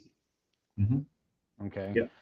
And the sole purpose of the Iranian Revolutionary Guard Corps was to protect the revolution. They are separate from the Navy, the Army, the Air Force, and all this kind of stuff. You have regular them, and then you have the IRGC Corps, right? And that was probably, if you look at the history of coup d'etats or things that have happened where a government was overthrown, it's probably the smartest thing I've ever seen happen. Because I've watched what happened in Venezuela, we saw what happened in Cuba and all this kind of stuff, right? If you go back and look, he implemented an entire military force that is there to protect the reign of the Ayatollah. Yep. Do you remember what Quds stands for? Like IRGC Quds? It's Quds. It means Quds. Jerusalem. Jerusalem. Okay. All right. And that's why it's called the Quds Force. And those are the ones who are helping Hamas. They're helping Hezbollah. Because Hezbollah, the thing is, I don't know if a lot of people know, Hezbollah was started right after the Iranian Revolution. Yeah. Lebanon was a Christian country. And I was trying to explain that on a live quasi recently. Like, sometimes it doesn't make any sense. The Hamas is Sunni Arab, and Quds Force is Persian Shiite, right? Yep. So, and they consider each other the apostate. Like, yep. In the mainstream, they would both love each other to be destroyed just as much as they'd love Israel to be wiped off the map. So it's one of those, the enemy of my enemy is my friend. Yep. So Iran does not want normalization between Saudi Arabia and Israel, right? They have it with Jordan, and Jordan's kind of playing the neutral game now in their economies. Jordan has always played the neutral game, even back during like the 6 Days War and all this kind of stuff when they were all fighting. And when the first thing started with the Palestinians, because you know who saved the Palestinians originally was the United States, right? We came in and we blocked the Israelis, and we allowed the Palestinians to go into Gaza and all this kind of stuff. And they begged some of these other countries like Jordan and stuff like that to take the Palestinians in, and they refused to do it. There are certain ones that did get in, because I had a teacher when I was at DLI the first time when I was studying Arabic who was a Jordanian Palestinian, right? But it's nationalistic. It's not religious. Like, this is not a religious aspect. This is a nationalistic aspect. They hate Israel, and that's why they're doing it. And a lot of innocent people on both sides are getting involved for no reason. I remember, I want to say all the major news medias, they had this thing about like the Church of Peace in Islam or something like that, and their big banner said "Death to Israel," and their other banner said "Death to America." And I'm like, wait a minute, I know what that says. And it's like, wow, you guys put that on national news. I mean, if you look remember the ISIS in Manhattan? That wasn't actually ISIS; it was the dildo flag. Yeah. Well, the Shaitan, right? Shaitan is Satan, right? Yeah. You have the Shaitan Kabir, which has always been America, the big Satan. And the little Satan has always been Israel. Right. And anyone who does any kind of like, just little, like look into this history. Okay. There's a thing called I think it's called the Triangle of Terror. If I remember correctly, it was a book written back in the 90s. But when I used to teach counterterrorism, so another thing I did when I was in E4 is that I was doing a counterterrorism mission, and I taught the history of counterterrorism. Right, it was one of my jobs as an E4 to teach this class on the history of counterterrorism, or the history of terrorism, basically. Right, so for the counterterrorism mission. And there's a book called The Triangle of Terror, and it explains how all this came to an extent came to be. And a lot of it is a nationalistic aspect. And it's so crazy. People nowadays, like the ones that are sitting there supporting Hamas, have no idea what Hamas actually is, because Hamas is a legit terrorist organization. Now, I'm going to get your stream taken down because I said terrorist too many times. No, it's fine. If it gets taken down, it gets taken down. I could, But they are legit terrorists. That's all they are. Yep. Hezbollah is not, like, Hezbollah in Arabic means party of God. They are the party of terrorism. Yeah. And luckily in Lebanon, though, they're a political party, but they're also not the only one. So the problem is though is that they're getting access to places like Venezuela and stuff like that because they claim them as a political party. Right. And so you have terrorists that are coming in, can come up to the United States via Latin America from countries who don't like the United States because they're claiming, oh no, they're just visitors of a political party. Yeah. Well, that's Iran was smart with their Quds Force too, because they set up the cultural centers all over South America, right? They set up what's it called? Orphanages.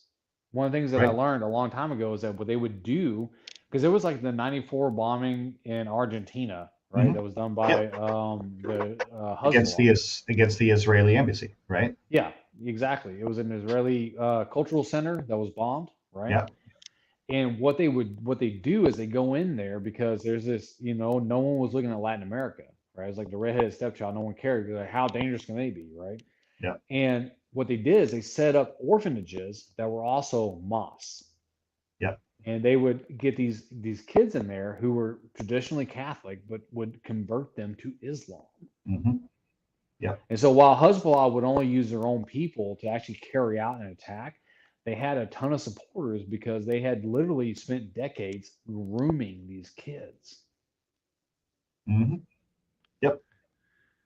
I've seen it. I worked the issue for a little bit, especially like Peru. Where's the guy called Ecuador? Yeah. Yeah. I mean, really, really smart. And some of the let's say the guys who are on the list still, like, we need to capture or kill this guy, like, they're in Africa, some of them, but a lot of them are in South America, right? There's nobody to go get, right? There's look at the guys from back in World War II. They disappeared and somehow found themselves in Argentina, right? Yeah. And what's that guy from Texas, UFC fighter who was a Green Beret? Tim Kennedy. You're talking about Yeah, he did that show Hunting Hitler. Yep. And it's like, it's not a lie that there's whole communities that are like literally German communities. They still don't interact with the locals, right? They don't integrate, No, they don't. And I actually had when I was in so as a Spanish language, we had to go to language training, right? And one of my teachers had a very German last name. He was born and raised in Argentina, right? But I can tell that his last name was not obviously from Latin America. Right. Weissman or so, shit like that. Yeah, exactly. And so the thing is that, and we know that there have been aspects, like when it comes to like the cartels and stuff too, that there have been IRA members that have left Ireland and come to Latin America to sell their trade to the cartels. Yep. That's also fair.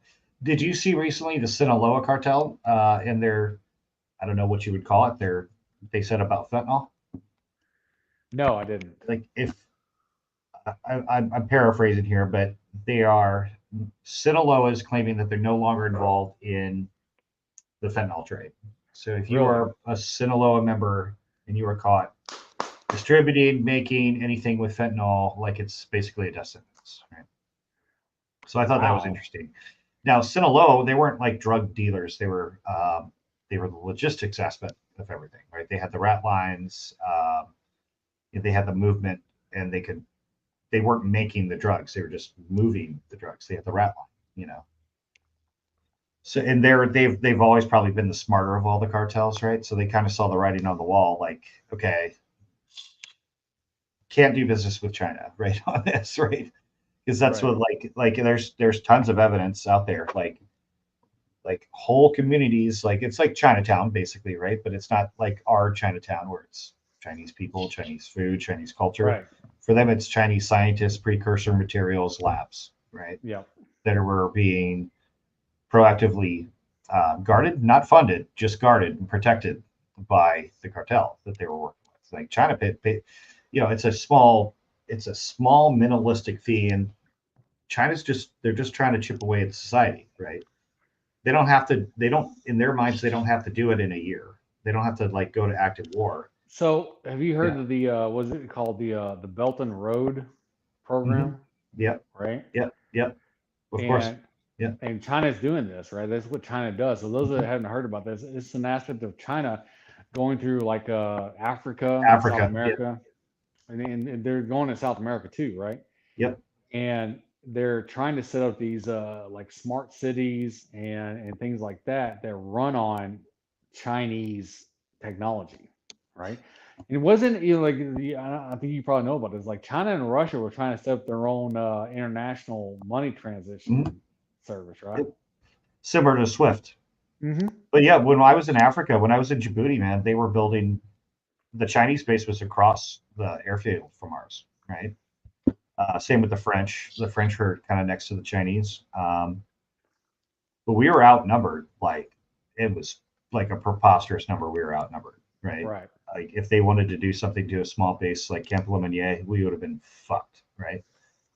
Because they would have hit the airfield first, and you couldn't take off. Yeah. Yeah, but they built a road like through Somalia. Like the Chinese, for whatever reason, don't have a ton of problems in Africa necessarily. They just if they can't talk on the federal level, they just talk on the local. They're like, hey man, yeah, we're gonna give you all this, and we're gonna make a road we're gonna redo your port. They came in. One of the big things that China tried to do was come in with COVID vaccines, right? They did that, yeah. Lagos, Nigeria. Yeah, that was a big thing. Apparently, their vaccine doesn't work very well. So they did the same thing in Latin America, right? And also they tried to sell weapons, right? They're trying to sell the weapons. The problem is, America, we make good weapons, and places like Brazil are like, no, your weapons aren't good enough. Sorry. Yep. Like American weapons are amazing. So they are compared to everybody else's. Yeah. Yeah. I mean, what's like if you say you look at the Israeli Air Force, right? It's the third best Air Force in the world. The first two are in the United States. Right. The Navy and the Air Force, right? Mm-hmm. Yep. Yep. Dude, I hate this conflict too, because there's not going to be a winner, right? Like there's just not. No, like there's not. I mean, they're going to kill a bunch of each other, and then they'll continue to kill a bunch of each other forever, right? It's going to be. It's kind of like a buddy described it pretty good the other day. It's basically having Gaza next to Israel is kind of like living next to Fallujah, right? Yeah. It's insanity, and like the local people just kind of get used to it. They know if they hear the siren, like it's happening, right? Shit is fucking happening. Get to the bunker, And we know, and the problem is, we know that it is being spurned on by others. Mm-hmm. Yep. Right. Yep. And people were talking. I brought up the intelligence failures in a previous podcast, right? But it's hard to say. Like, is it possible with as advanced as Israelis' intelligence apparatus is, to miss this? Maybe. Yeah. Possibly. Maybe, maybe they got smart. Well, and they're expecting, I think it depends on your expectations, right? Because the problem is that you run into what they attacked first was a concert. Right. It wasn't Israeli military outpost. It wasn't a government building. They straight up. This is what I don't get, because they have these people that are defending them, but they literally did a 9/11 aspect on Israel. They didn't go after Israeli military posts. They didn't go after some compound. They went after civilians of not only Israeli. They weren't only Israelis. They were Americans. They were French. They were all these people there to enjoy a concert. They literally just straight up attacked civilians. Yep. Right. And that is not a military strike. That's not anything. That is a terrorist act. Yep. That is 100% a terrorist act. Yeah. And so don't tell me that they're like, doing this to go back at the Israelis. No, they should have just killed innocent civilians to cause a problem. They're trying to find their place in heaven.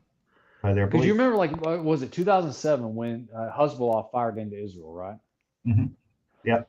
And in Israel, like, they fired at like military compounds and things like that. Like, it was one of those things. And Israel told, Lebanon, hey, if you're a civilian, we're going to respond. But if you're a civilian, they give them like a couple days. Mm-hmm. If you're going to, be around these people, because they use like civilians and stuff as cover, get out, because we're about to attack, right? Yep. That's not what happened here. Nope. That is not what happened here at all. Yeah. And like, now, obviously, I've covered this too. There's propaganda on both sides. Hamas is using like the political situation across like North America and Europe, like to their advantage, like 100%. Right. Well, honestly, I think they struck because of what's happening in Ukraine. Yeah, I think so. Because nobody did anything. I mean, other than money and some equipment. What I think is like they figured at this moment in time, the U.S. is more concentrated on what's happening between Ukraine and Russia, and they wouldn't divert things to help Israel, right? And it's I don't know that Israel needs our help, right? They're pretty fucking good at this shit, right? Yes. And obviously we have intel sharing. Obviously we have weapons agreements and things like that, and they get equipment from us. But it's not like they already have it. It's already there. They don't need like a flood of stuff, right? And trust me, they've stood up for themselves before. Like it's not like Ukraine, right? Like Israel knows how to defend itself, right? Yeah. And what we need to do is support them. And this is my opinion, right? This is my opinion. We need to back away, let Israel do its thing, support them how we can, but we don't need to do another, when we came in like and calmed Israel down in 2007, right? I'm sorry, like in my opinion, like this stuff in the Gaza Strip has gone on long enough, and they've tried. Like Trump went in there and got other Middle Eastern countries to agree for this peace agreement between Israel and Gaza, right? And Palestine is not a place. I'm sorry, it's not. It's not a place that the UN recognizes and all this kind of stuff. Like if you go back historically, Palestine was never they try to claim that Palestine was the capital of this like greater Syria and all this kind of crap. It never was. Damascus was, right? Yeah. But nobody studies the fucking history. Well, they're like, well, the Israels weren't there 1,000 years ago. I'm like, Jesus was a Jew, dude. And he's, he spent a lot of time in Jerusalem, like, the Jews were there then, although it was Roman controlled, right? It went through, exactly. They maintained their identity through the Turkish, the Ottoman Empire, the Persian Empire, the Babylonians. Well, the Persians were the ones that. So the funny thing is if you go back and look at the Old Testament, Cyrus the Great is one of the only people that's not Jew that's mentioned in the Bible, because Cyrus the Great is the one that freed the Jews from Babylon, from King Nebuchadnezzar. Yep. And because Cyrus the Great was the first person like entity to have what they call like a freedom of religion. You've seen it. It's like scroll, but it's not a scroll. It's like a cylinder, right? They wrote, and it talks about having like even the places that they conquered had freedom of religion, and so that's the reason why Cyrus the Great, or Cyrus, as it put in Persian, was mentioned in the Old Testament because he freed the Jews from Nebuchadnezzar. And so that was still their land, though. Even though Nebuchadnezzar was in Iraq, but they allowed them to go back to what we know now as Jerusalem. And so I'm getting nerded out on history. That's awesome. Yeah, because a lot of times, like I get some of my history beat up because I haven't had a look at it for a while. But yeah, I mean, we can hope all day, but there's going to be the problem is it's not going to be as long as there's other actors they keep pushing this because the Palestinians can go. Israel is surrounded by Arab countries, right? Mm-hmm. And nobody they refuse to take them in. Yep. They're forcing this conflict because of Israel, right? But but the Gaza Strip was owned by Egypt until the 80s, I think, right? Something like that. I think that was the 7 day. When did the 7 Days War was in the 60s? Yeah, it was after that. It was after that Egypt still owned that land. They basically they're not taking anybody in, right? Yeah. Like I think it was Biden had to go there. Biden had to talk to I forgot who the president is of Egypt, but Biden had to go there or talk to him and be like, you got to take more of the people in. And it was Nasser? Maybe something like that. But they're not. It's like nobody, like a lot of people don't get it. Like that, literally the countries that are culturally similar and have the same religion, the sect, don't want those people in their country because it causes a ton of problems. Well, okay. So one thing I always talk about when I talked about my when I was teaching my counterterrorism class, right? The one thing that Osama bin Laden said, right, was that an attack on Islam or attack on any Islamic country or any Islamic people was an attack on the entirety of Islam, right? Right. And that was his way that if you attacked, the Palestinians, right? If you attacked the Saudi Arabians or whatever, it was an attack on the entire religion. Okay.